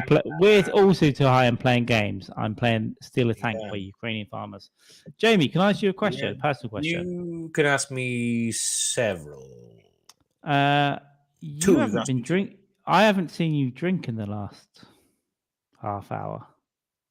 Oh, I've had literally like a little. Oh, okay. Okay. It's the longest I've ever looked at you without seeing. Yeah. Oh my god. Okay, my mistake. Because I'm not. I'm literally just not swigging. I'm just like sipping. I'm just taking it easy because and I was the one on Coffee with the Dog today, going, I'm going to be sober today. Yeah. No, I've been sipping all night long. I haven't been swigging because the the sickness and the shits. So I'm just sipping a whiskey now with a beer on the side. And then welcome, Hack. You could always just log on and just say an insult and leave, but don't say. Let me just show you some nipples, Hack. Oh no, not again. By the way, can I just? That's for Hack. My favorite chef in the UK. Leave it for later. He's my favorite chef in the UK. I love him. I love Hack. He's too high. He is good. He's too high. I've been high quite a bit lately as well. I've been cutting down painkillers and then smoking the reefer. And it's do you know what? It's brilliant. I agree.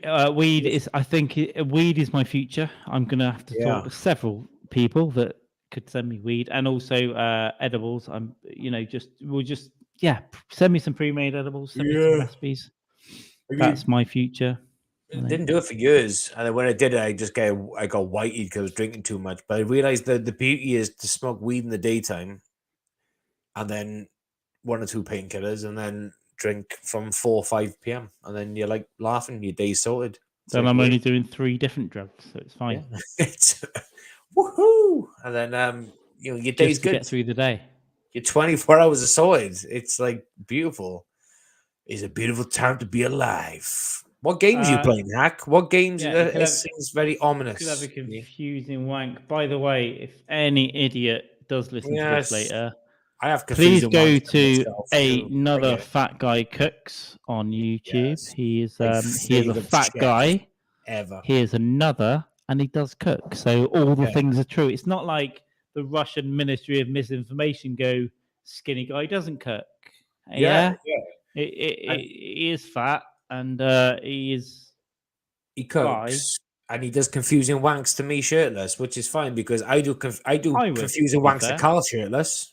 Carl doesn't to me. I do my hack. It all bounces What's off. going on? I see. You can see what I've watched and what I haven't. I haven't watched one for a while. The last one I really watched and enjoyed was the air fry steak. When I moved, I didn't see back the air to fried England. steak. I watched him Oh, it's yesterday beautiful, try my to do friend. Oh, there it is. the Shackleton fucking dish. Okay, you can see the 7 episodes that I haven't watched, but I know actually that's a lie. I watched the air fry steak. I need to watch this one. Did I he have cook seen that some of steak? these. How did it go? What was the steak like? Was it edible? Yeah, no, it was good. I think it was just the verdict was it wasn't quite as good as spazzing it and coming on it. As you do, yeah. You done one the other day. It was Ernest Shackleton's fucking biscuits or some bollocks from That's the right. Antimatic. It was just up, but all I can see is Tommy Cooper here, so we will investigate. Oh, yeah, I need to watch it. Getting high and it's very chilled. Nice, baby. I need to watch a few Tramadols. I tell you what, I can get a prescription strong painkillers. You got Tramadol, which is the same thing. But if you want to trade, No, if you Jamie. get Dazzies, we'll trade. No, Jamie, no, Jamie, you're weaning yourself off. Yeah, it's interfering with your life. He tells the truth. He tells the truth, baby. Tramadol. That's fair. Yeah. No, honestly, because I haven't got an air fryer yet, but I just got advised by an arsehole that it's mainly for vegetables. But when I see, because often people buy air fryers and they're not that big, right? They're smaller than I think, and you can fit like 5 chips in it or whatever. But I think that's what I'm going to do when I move. I'm going to get a big ass air fryer and I'm going to make a fucking big steak in it, just for the balls of it. I think it's a good move. Yeah, fucking. Oh my god, steak. The thing is, I can reduce my meat intake, right? But if I walk past a steak and I smell it, I'm back to I'll eat a baby. If it's cooked well, I'll eat a fucking baby there. I'll eat your baby. Yeah, I remember I used to like fuck around my steak way too much, right? Just used to fucking whatever. And we'll talk. And watching an Anthony Bourdain episode. It wasn't like one of his big fucking It wasn't one of his alive ones. It was one of his dead ones when he paid for a child molester. That's what it was. When he funded a child molester. When he funded a child molester to no, he didn't fund a child molester. He funded a child molester's allegationists. He funded a lady that raped a child. Yeah, for that's many the years. one. That's the one. Yeah. But however, his philosophy on steak was great. Just fucking cook one side, cook the other, and just leave it. Just don't fucking look at it. Don't touch it. Okay, but so that one steak moment is enough to, disregard anything else he else did. 34. Hey, 34 quid. Like that, I understand. Sometimes you are feeling it, right? I've been in cocktail bars in Soho and brought a girl a cocktail, and they've come back and gone, well, that's 28 quid. And I've looked at the receipt and gone, good, that's good. And I'm going to pay that without skipping a beat because I want to look cool. I'm going to leave in about 5 minutes, and this bitch could get her own fucking Uber home. I'm going to get an espresso martini. It's 29 quid, is it? Good. Oh, look at me just smoothly pay for that. And then I'm going to go, and I'm going to pay for an £18 kebab that's that big and go in a hotel that's £50 and that big. But it's the principle. Of course, it's the principle, yeah. But maybe if you stuck around and just got a credit card out, and then you might get a blowjob out of it, and then no, it's the only reason I go home now. The only reason I go and see my family anymore. That's true. What to get a yeah?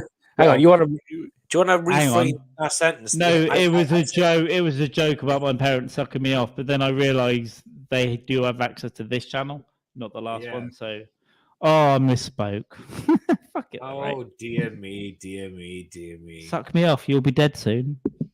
Send me some diazepam, and I can send you some strong painkillers. That Brock wrote that script for me to say. You can get your money back. The problem is though, you need enough to go on the run. You need to I don't know, these hills, the skin.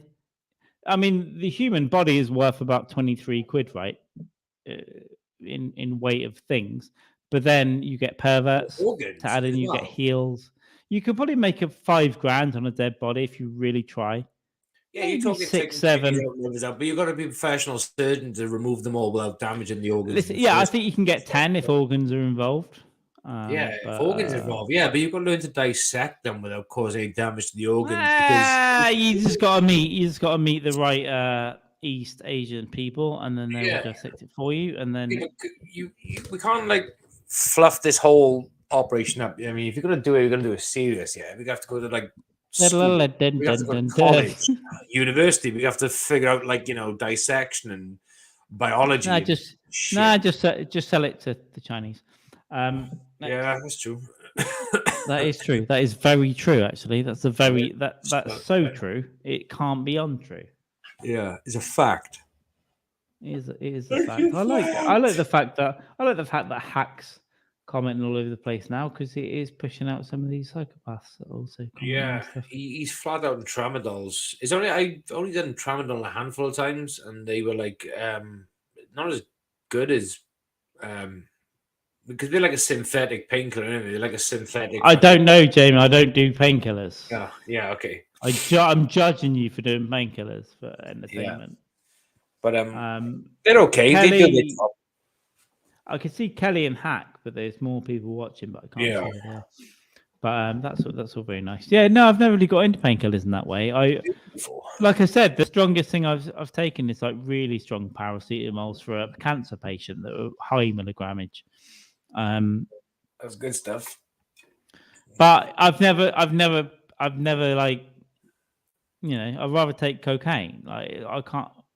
What am I going to do? Like take painkillers and numb myself to the world? I guess I could. That's beautiful. But the problem is, it's weird. It's weird though with me, because I would rather spend 150 hours sober and then spend like 40 hours drunk. Yeah. And I just stack it that way. I'm not going to touch anything, and then I'll get fucked up over here. Well, yeah, I get it. I get the even spread. I've done the even spread. I've done 7 days a week, and all that stuff. Right now, I can't because it fucks me up, and I can't operate. I can't do the things I need to do. Can't do gigs. Can't write. Can't work. Can't clear my shit. And tomorrow now, this is the problem now. I've got things to do tomorrow, and I've got to travel tomorrow, and I'm going to go. I'm going to wake up at 9:30, and I'm going to send you a WhatsApp, and I'm going to go. I'm a blue whale in the ocean. I'm a whale. Look at me, my tongue's hanging out. I'm a big retarded fish. That's what I'm going to do tomorrow morning. And I'm going to go, I'm dehydrated, but I can't even move to hydrate myself. Yeah. I'm just going to let my tongue stick to my face, and the water's there. I ain't fucking moving for at least 3 hours. Oh, fuck me. Yeah, that's another good bit about good Sean Rouse bit. He talks about fucking being hangover and dehydrated on the couch. And, you try and bust out like a wank, and you've just drained your body of the last fluids. It's just all over your stomach. Why not? Yeah, I mean, that embarrassing wank. It's worse than just, I don't know. For me, it's worse than if you haven't said the embarrassing wank and you spent like a couple of hours on it and it's up and down, you're like this and that, and then you go and wank into the toilet. It might just be me, if I'm honest. And then it's like, are you ready? In your mind, and then it's just like, and it's like a pebble that comes up that's going, boom. Where's the rest of it? Yeah. Where's the rest of it that used to happen? Yeah, dehydration fucking comes are the worst. It's just like but then you've got to wash your dick in your own sink and then piss in your own sink, right? That can't be just me either. Well, when you piss in your own sink and you're going, and then you piss in it, and then you go, I need to turn the taps on to wash my own little head in there and go, at least I'm cleaning it up. Listen, it was a pebble drop in the toilet. I pissed in my own sink. It's kind of protein filled because it's kind of cummy piss. And now I can't even bother to sit down. I'm just running it under the cold tap. Gentleman's wash. Yeah. if you will. Yeah, I agree. 7 days a week. Mm. What? It's not gay. It's a podcast. Beatles are doing 8 days a week, so I wouldn't worry about it. You got a date to catch up on. It's okay. Hack's upset. Well, I have to say, my friend, can I just say I'm a psychic though? I'm not saying you do that, but I'm saying there are things you do. There are things you do that you would never say on the internet. But I just have, yeah, no, absolutely right. But I'm crying on the inside too. And Yeah.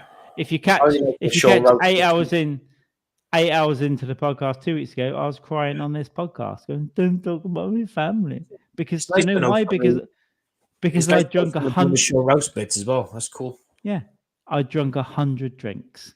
I drunk 100 drinks, and then I went, eh. That's what I do. Yeah. Yep. Right? We all do it sometimes, don't we? We all accidentally have 100 drinks and cry. You, me, and Hack are going to meet up some point, yeah?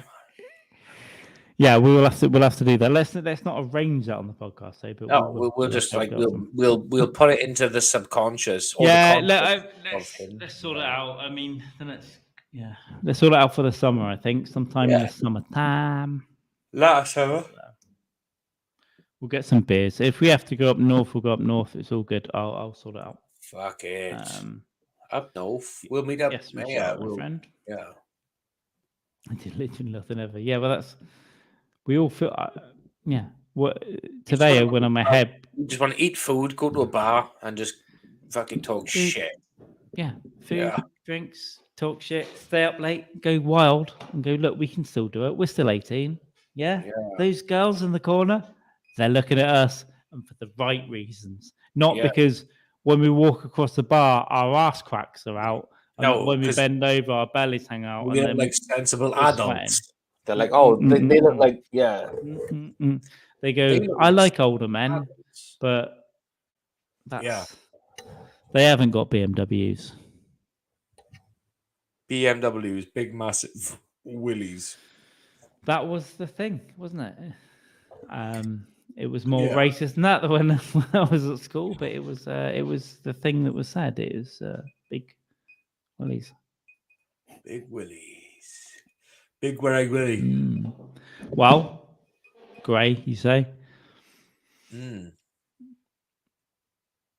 Big one-eyed willy. Oh, so this is a big mistake, Hack. This is a big mistake. See, in my mind, whether it's me or us both or whatever, I'm often on that way. In my mind, I would have got like, if not a traveling, a room above a pub or an Airbnb. You're saying there's rooms available. I am clean. I've stopped shitting myself. Here's what I've realized: I'm massively gluten intolerant. I've stopped eating bread, so my ass no longer bleeds. There's my advert for you. I'm very kind. I wake up early and I will buy food. No, actually, you're a fat guy that cooks, or we can just order in. Yeah. I'll bring a bottle of really cheap wine from Aldi's, like, you know, cheap wine. Cheese. Cheap wine and cheese. I'll bring. That'll do.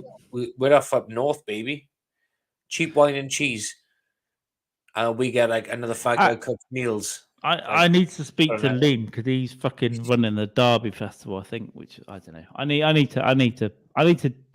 Oh yeah. But I might be away. I don't know. I need to organize my life. But we'll sort it, Hack. We'll sort it like soon for the next couple of months, towards the end of the year, maybe. That'd be cool. Give us plenty of time, innit?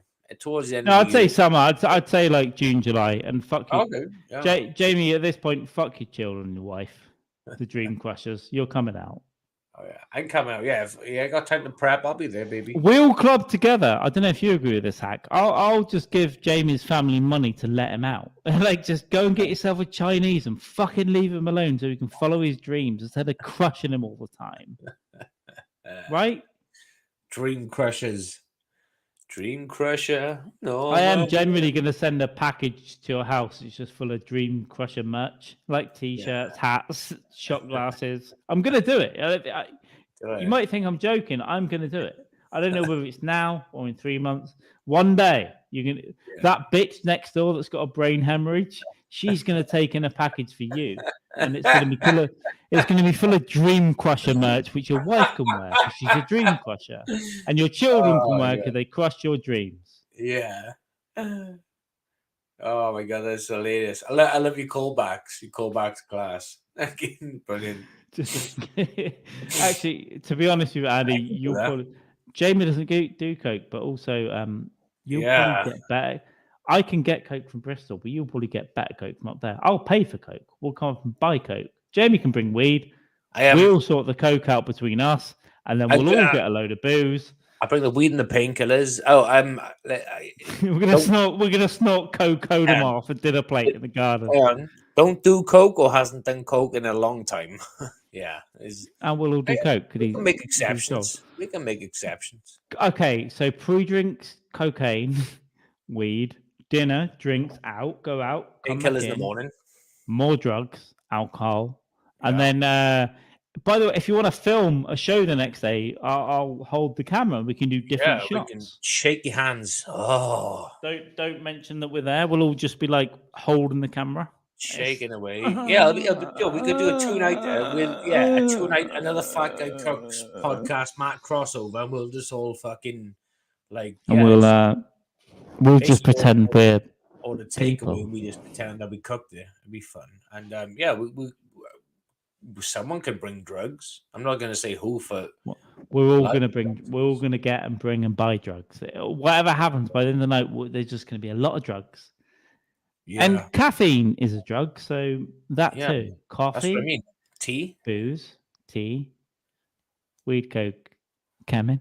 I'm not great. I'm not great. I'm not great. I'm not great. Kemen. Oh, baby. Be fat and learn the rest of That's the dig. Be fat and learn that rest of Welsh pancake. Exactly. And that's the dream. Yeah, exactly. That's after we just start punching the family for dream crushing, right? Yeah. You two just Carl and fucking Hack just don't get it. It's like I'm working on it. I aspire to be what you two are. It's just a long process to get there. I'm working on it. But it's easy. It's easy these days. Jamie. Human shit. Jamie, do you know how easy it is? Go on. There's 5 things that I just listed in my mind that I'm not going to say. Just get your dick out, get your dick out, and hit around the ears, and go. This is how it is now. This is how it is now. Yeah, but don't do it in the night. Do it 15 minutes before you go into the father-in-law's. Going. This is how it is now. Wingardium Leviosa. Yeah. Right? Right. Yeah. Just fucking waggle it.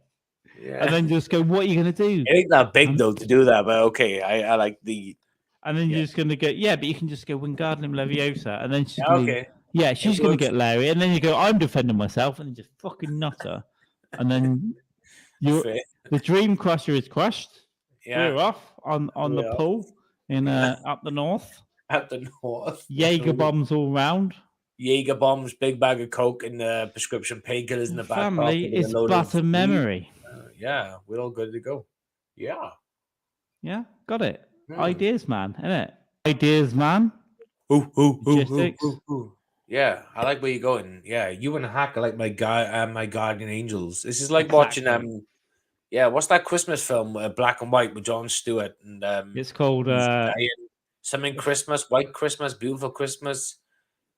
Wonderful. The only Beautiful Christmas is a White Christmas. Yeah, that one. Yeah. Where he's gonna kill himself on the bridge and like he has a guardian angel. Well, you and Hack are my guardian angel. I get it right now. Pick one song and never stop singing until she leaves. Yeah, exactly. Yeah. I could stay awake just to watch you. Yeah. As you're whacking your little fucking peen around her face. Or just personality crisis by the fucking New York Dolls. just wagging your dick in her ear. Oh, Got a personality crisis. this isn't I gotta personal. I'm open just it first. saying. What? Oh, my love, my darling. Good for your touch. Now get the kids out. Yeah, that's beautiful, baby. Take him to the nuns. Take him to the nuns. The nuns or the nuns? The nuns. Either one, either or. Who cares? None of them care about you anyway. Just off you go, bitch. Yeah, take him round your mum's house, you cunt. Yeah. How about you fucking Actually, dick, can you boy? isolate that and just save it as your text? Text incoming from me. Take him round your mum's house, you cunt. Yeah. Yeah. Carl's calling, kids. Off to bed. This is going to be serious conversation, bitch. Motherfuckers. Mm. When your wife talks to me, I just collapse and go, "Yeah, James is a cunt, and I'm on board. Yeah. What do you need?" So it's, right, Yeah. if she does that to me, I get what she does to you, dude. Yeah. Sweeps it. It's like, Sweeps it. Jamie, Yeah. paint the fucking room. I get it. Yeah, paint that room, you fucking pig. Yeah. Paint the rooms, bitch. And I get up again. You ain't never gonna keep me down. Yeah. Yeah. I get knocked down. Oh, that in fact that song was funny enough. What made the neighbor complaining again recently? That song. It literally made her complain about a week ago. We were singing that song. There we go. Script by Brett Brock, approved by Matt Nappo. Everything we say is written by Brett Brock. Even when we talked about retarded whales, Brett Brock, approved by Matt Nappo. That's at Husky Boyo at Kelp Nate. It's nothing to do with us. We're live action actors, and they make us and me say everyththing I say, whether it's about drugs, women, or retarded whales. Oh, wow, baby. Yeah. And here's another thing, written by Brett Brock also. I'm looking at the webcam and I see a red light and a green light, and the green light's obviously on. So I'm just thinking now, and this is in the script now by Brett Brock and produced by Matt Nappo. How many kids have seen that green light come on the webcam and gone, "Oh no, this is gonna hurt"? I've just, this is in the script. It's in the 37. script. Yeah. Pigs. 37. I reckon. Oh, we've got some more comments here. I've got to stop clicking on stuff. It's very weird. Oh, it's Husky. I get knocked down. It's Husky Bio. I'm never going to let you down because Husky Bio. Oh, He so does baby. throw Taxis, dude. taxes. Husky, Taxes. if you are admitting any of your Twix taxes, you're a loser. Because do you understand how fun it is to cheat on? I didn't pay income tax for like 5 years at one point. I just took money and never paid it. Now, did I pay for that at some point down the line? Yeah, I paid for it. Yeah, but don't be a fool. Don't be a gay Husky boy. But don't be a as he's here, please go and support a Husky Boyo at Twitch. If Twitter, you have Instagram. to. He's a very good artist. He does kill women, but he's very good. He's pretty good. He's pretty good. And please go and support Brett at all times. He always gives us a shout out on Twitch. He's a always, beautiful always, guy. always. He's a beautiful guy. Individual. And you will see more of these episodes. We're going to do a Predator watch along with Twitch. With beautiful Brett Brock soon. No, I love him. His artwork's incredible. I love him. I love his artwork. Outstanding, phenomenal. However, everything we've ever said that's terrible, he wrote, and it's approved by Matt Nappo. In fact, on a regular basis, I will post screenshots of scripts that Brett Brock wrote for us. Do I not? Do I not post his scripts? Yes, I do. Yes, we do post his scripts. More will come. Yeah. So just wait. Brett Brock writes everything. His stage people don't believe us. Even that little, hang on, Carl, you done the little turn to your right stage right then. Wrong. It was wrong. Yeah. Yeah, but okay, but I do what I want though. So when I come out there, I'll be just being chased by the FBI. Because he present the tricks back to his house. He tricks them with three. Does Brett Brock trick women back to his house the way that Wile E. Coyote tricks Roadrunner to run through a tunnel, but then he draws a tunnel and Roadrunner just gets through. Yeah. So, oh, it works for you, but not for me. Oh, Brett, here's the thing for that. We kind of put it in for this week. We didn't consult you, is what it is. I gave you a couple of dates. Jamie and I want to test out logistics of it because we need to watch and stream and listen and blah, blah, blah. So we're going to test a couple of things. So all those dates on this channel, just ignore. It might be next week. It might, whatever. We'll talk about the real date, which will be hopefully in the next few weeks. We just want to test out the logistics of it. So if you've got Disney Plus, it's good because Predator's on there. If you haven't, go and steal it from somewhere.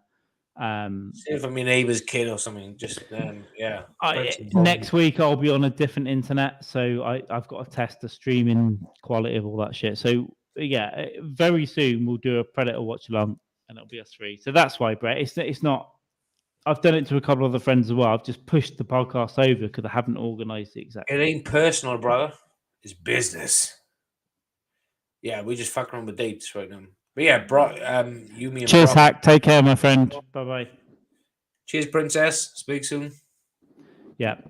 So that's it, my friend. That's it. Taxes. How long does it take to baby. do taxes? An hour? It's all online now, surely. I'll get like a Vietnamese girl. Tax is real. You know what I'm saying? Yeah, we know Mai Ling. Mai Ling got contacts. Get Matt Nappo, who we call Mylin. Whenever he does anything production-wise to us, which isn't a lot, let's face it, we just call him Mylin. Where's the Mac? Why are you bald and why haven't you got pigtails for us to? Yeah. We're fucking you. Wow. Yeah. Well, we're fucking you. Yeah. Why wasn't your grandfather in the swamp with Robert De Niro slapping his face with the gun and saying "Mao Mao"? That's what we want to know. Brad Brock giving up a fuck. In fact, what I'm going to do right now is Husky. Toby's on anyway. Husky Boyo on. Husky Boyo's my favorite artist around. He's my Ralph Steadman. Nah, he's not that good, dude. He's not that good. He's my Ralph Steadman. We're just friends with this guy. And so I want bring this up here. my body when I'm dead, doing the autopsy. At Husky motherfucking boy. Make my black liver look like a beautiful thing. You make my kidneys look like appealing to a cannibal. Oh, baby. I'd marry this bitch. Oh, yeah.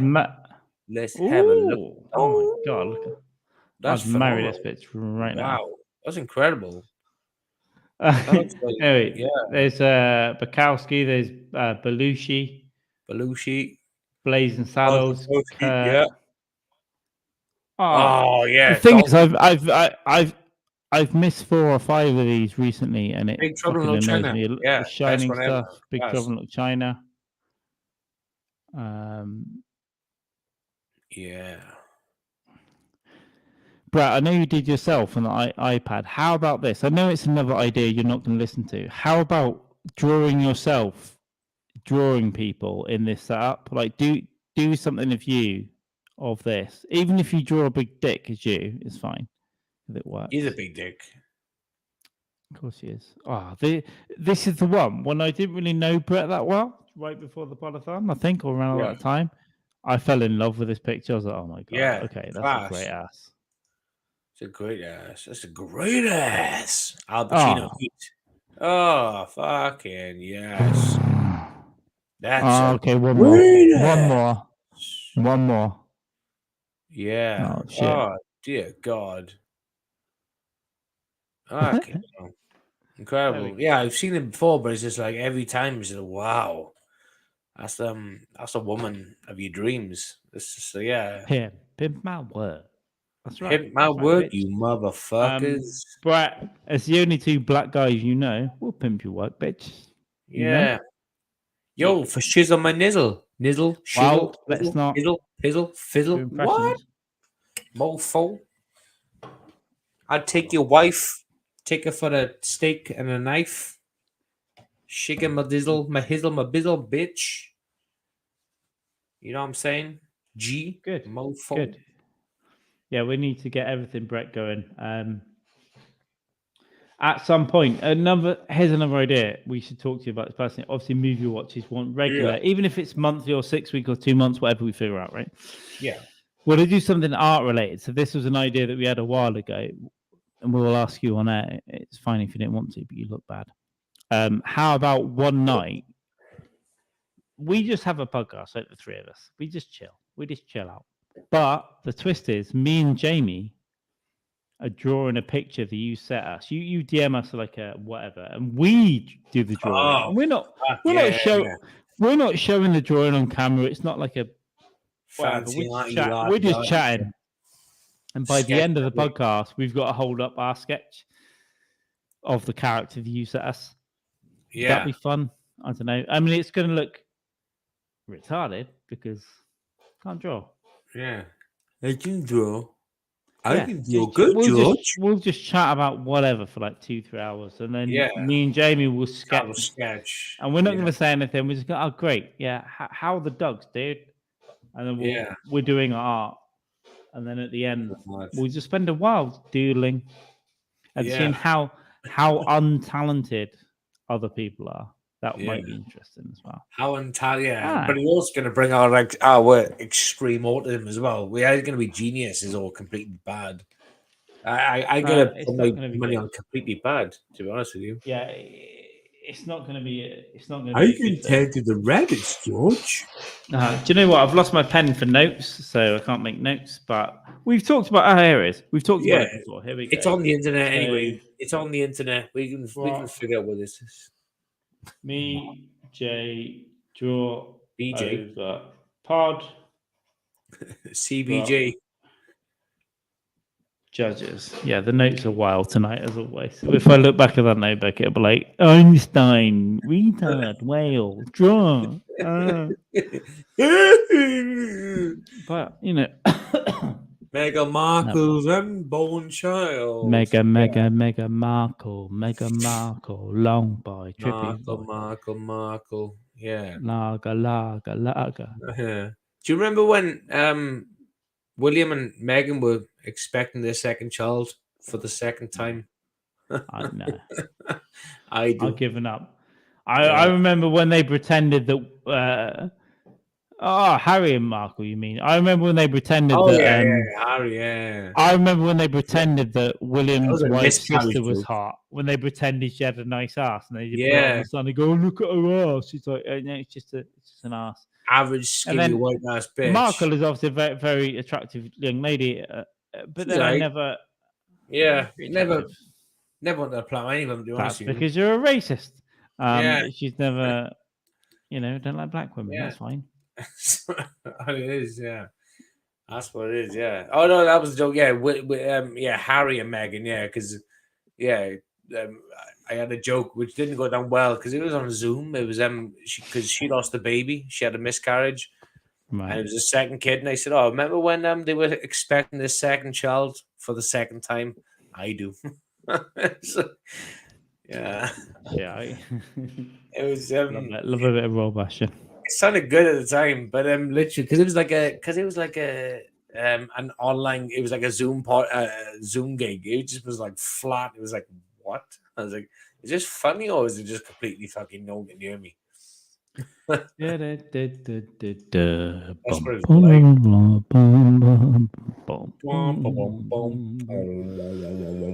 Well, so we've done a pretty good job. What do you want to do? Do you want to bin this in a bit, or do you want to? For a minute or two. I will be going up shortly. Let's go for a few more minutes and then bin it then, right? Because I don't want. Here's where I am. I don't want to stop it, and I don't want to stop drinking, but I need to, and I have to, because tomorrow I've got to get up. I've got to get up in the morning and do a bunch of shit in my house, and then I've got to go to London, and then to my hometown, and then back up to London. And then do comedy at 11 p.m. tomorrow. And I don't know what's going on. Rough. But no, I can lay in. I can whatever. I need to get up, but I need to get up and do stuff that I promised myself to do. You know when you put off chores? Yeah. I've got to get up and do these chores in the morning, and then I can go and eat. go to London. I haven't organised it. Fuck's sake. But the problem is now, right? Now I've been drinking. It's 11:45. What will probably happen is I'll stay up until 4:00 in the morning, and I'll start texting people from all over the world. That's And I'll be exactly what I'll going, be doing. I'll be hiya, Yeah. hiya. And I'll text you and I'll whatever. Yeah. But I'm very glad we did the last rites. I'm glad the dog came. I didn't expect you to come back. I'm glad you did. Yeah. It's 2 hours. It's wild. Yeah, I'm glad Hack joined in. We've arranged to piss up with Hack.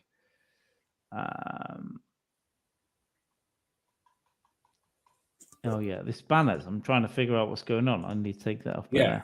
Sure, a hack would be good in the summer. We could do that. We could just pop there for like a night or two. Yeah. So let's figure it out. So when I get back from my travels, let's figure it out. We'll work out with Hack. We'll get a couple of nights where he's not working or whatnot. We'll go up because we're going up that way. We might as well stay up a couple of days. Yeah.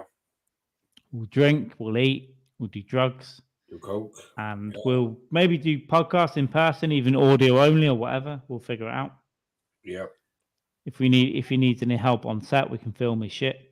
And then eat his food after. Imagine if we help him make his show and then we eat the food.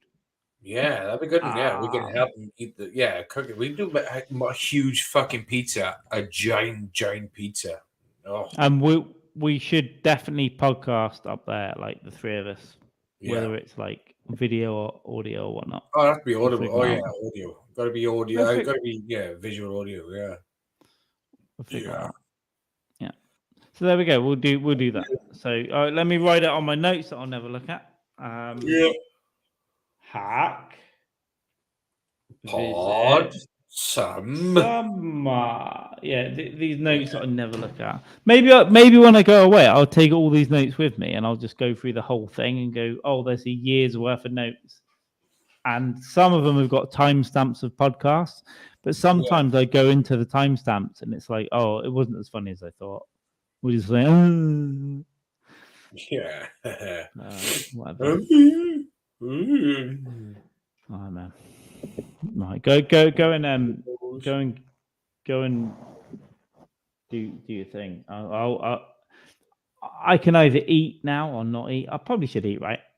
Yeah, eat food. Yeah, I gotta go and have a smoke, and I will pull one more drink, maybe two, and then I'll sleep, and then Right, it's been a good night. We had a good 2 hours. We're 2.5 hours on of Dykes Mann. We had 2 hours of last rites. We got the doggy on.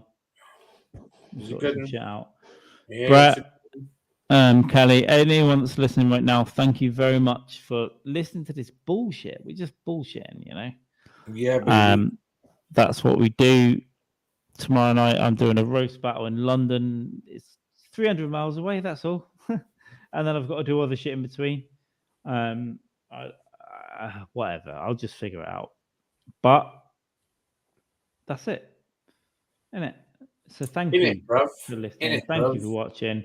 If you haven't already, please subscribe. We're going to focus on of Dykes and Mann, but there'll be podcasts popping up and all over the place because I'm going a bit wild in the next 2 weeks. Next month, I'm going to Brazil, and then I don't know how long I'm there for. We'll figure it out. You'll probably get some podcasts with a nice bit of sunshine behind me. And then when I come back in the summer, I'll find somewhere permanent to live. And then we'll all get fucked up together. Yeah, you will. We'll get fucked up together, bitches. All right, baby. So I'm going to end this broadcast right now. Thank you very much. It's been the last rites. Jamie Dykes, me, Matt Nappo, Bappo, Mappo. Husky, you've got a small window. If you can say you want to join, me and you can go. But it's going to get more difficult because I can give him 5. I can give him 5. Okay, so if you want to jump in and have 5 minutes with us, you can do it because your taxes aren't due tomorrow. Yeah, your taxes, baby, your taxes aren't due tomorrow. Shit, I am out of my ass, but I can make do. I can hold on for Brett. Brett, listen to me, Brett. Your taxes aren't due tomorrow, Brett. Your taxes aren't due tomorrow. You've probably done enough today. Why don't you just call in? Call in, Brett. And then Brett What's the Everything's gonna longest be sentence they can fine. give you? Oh 3 my to 5 goodness. years in prison? You're the A artist dog could with a survive voice. that long. Come on, Brady. Just Yeah. come right in. Just Listen to come the words, right in. baby. Just Listen jam to nitty the gritty. You listen to the words. boy from the Big Bag City. This is Listen to Brad the Brock. This is words. Brad Brock. Listen to the words, you badass This motherfucker. motherfucker. I haven't even had one beer today. Lol. Hey! Do you know what the answer to that is? Lol. It's go and get a beer. Lol. Lol. LOL. Nitty gritty. You listen to the boy from the Brett Brock City. This is Brad Brock. This is Brad Brock.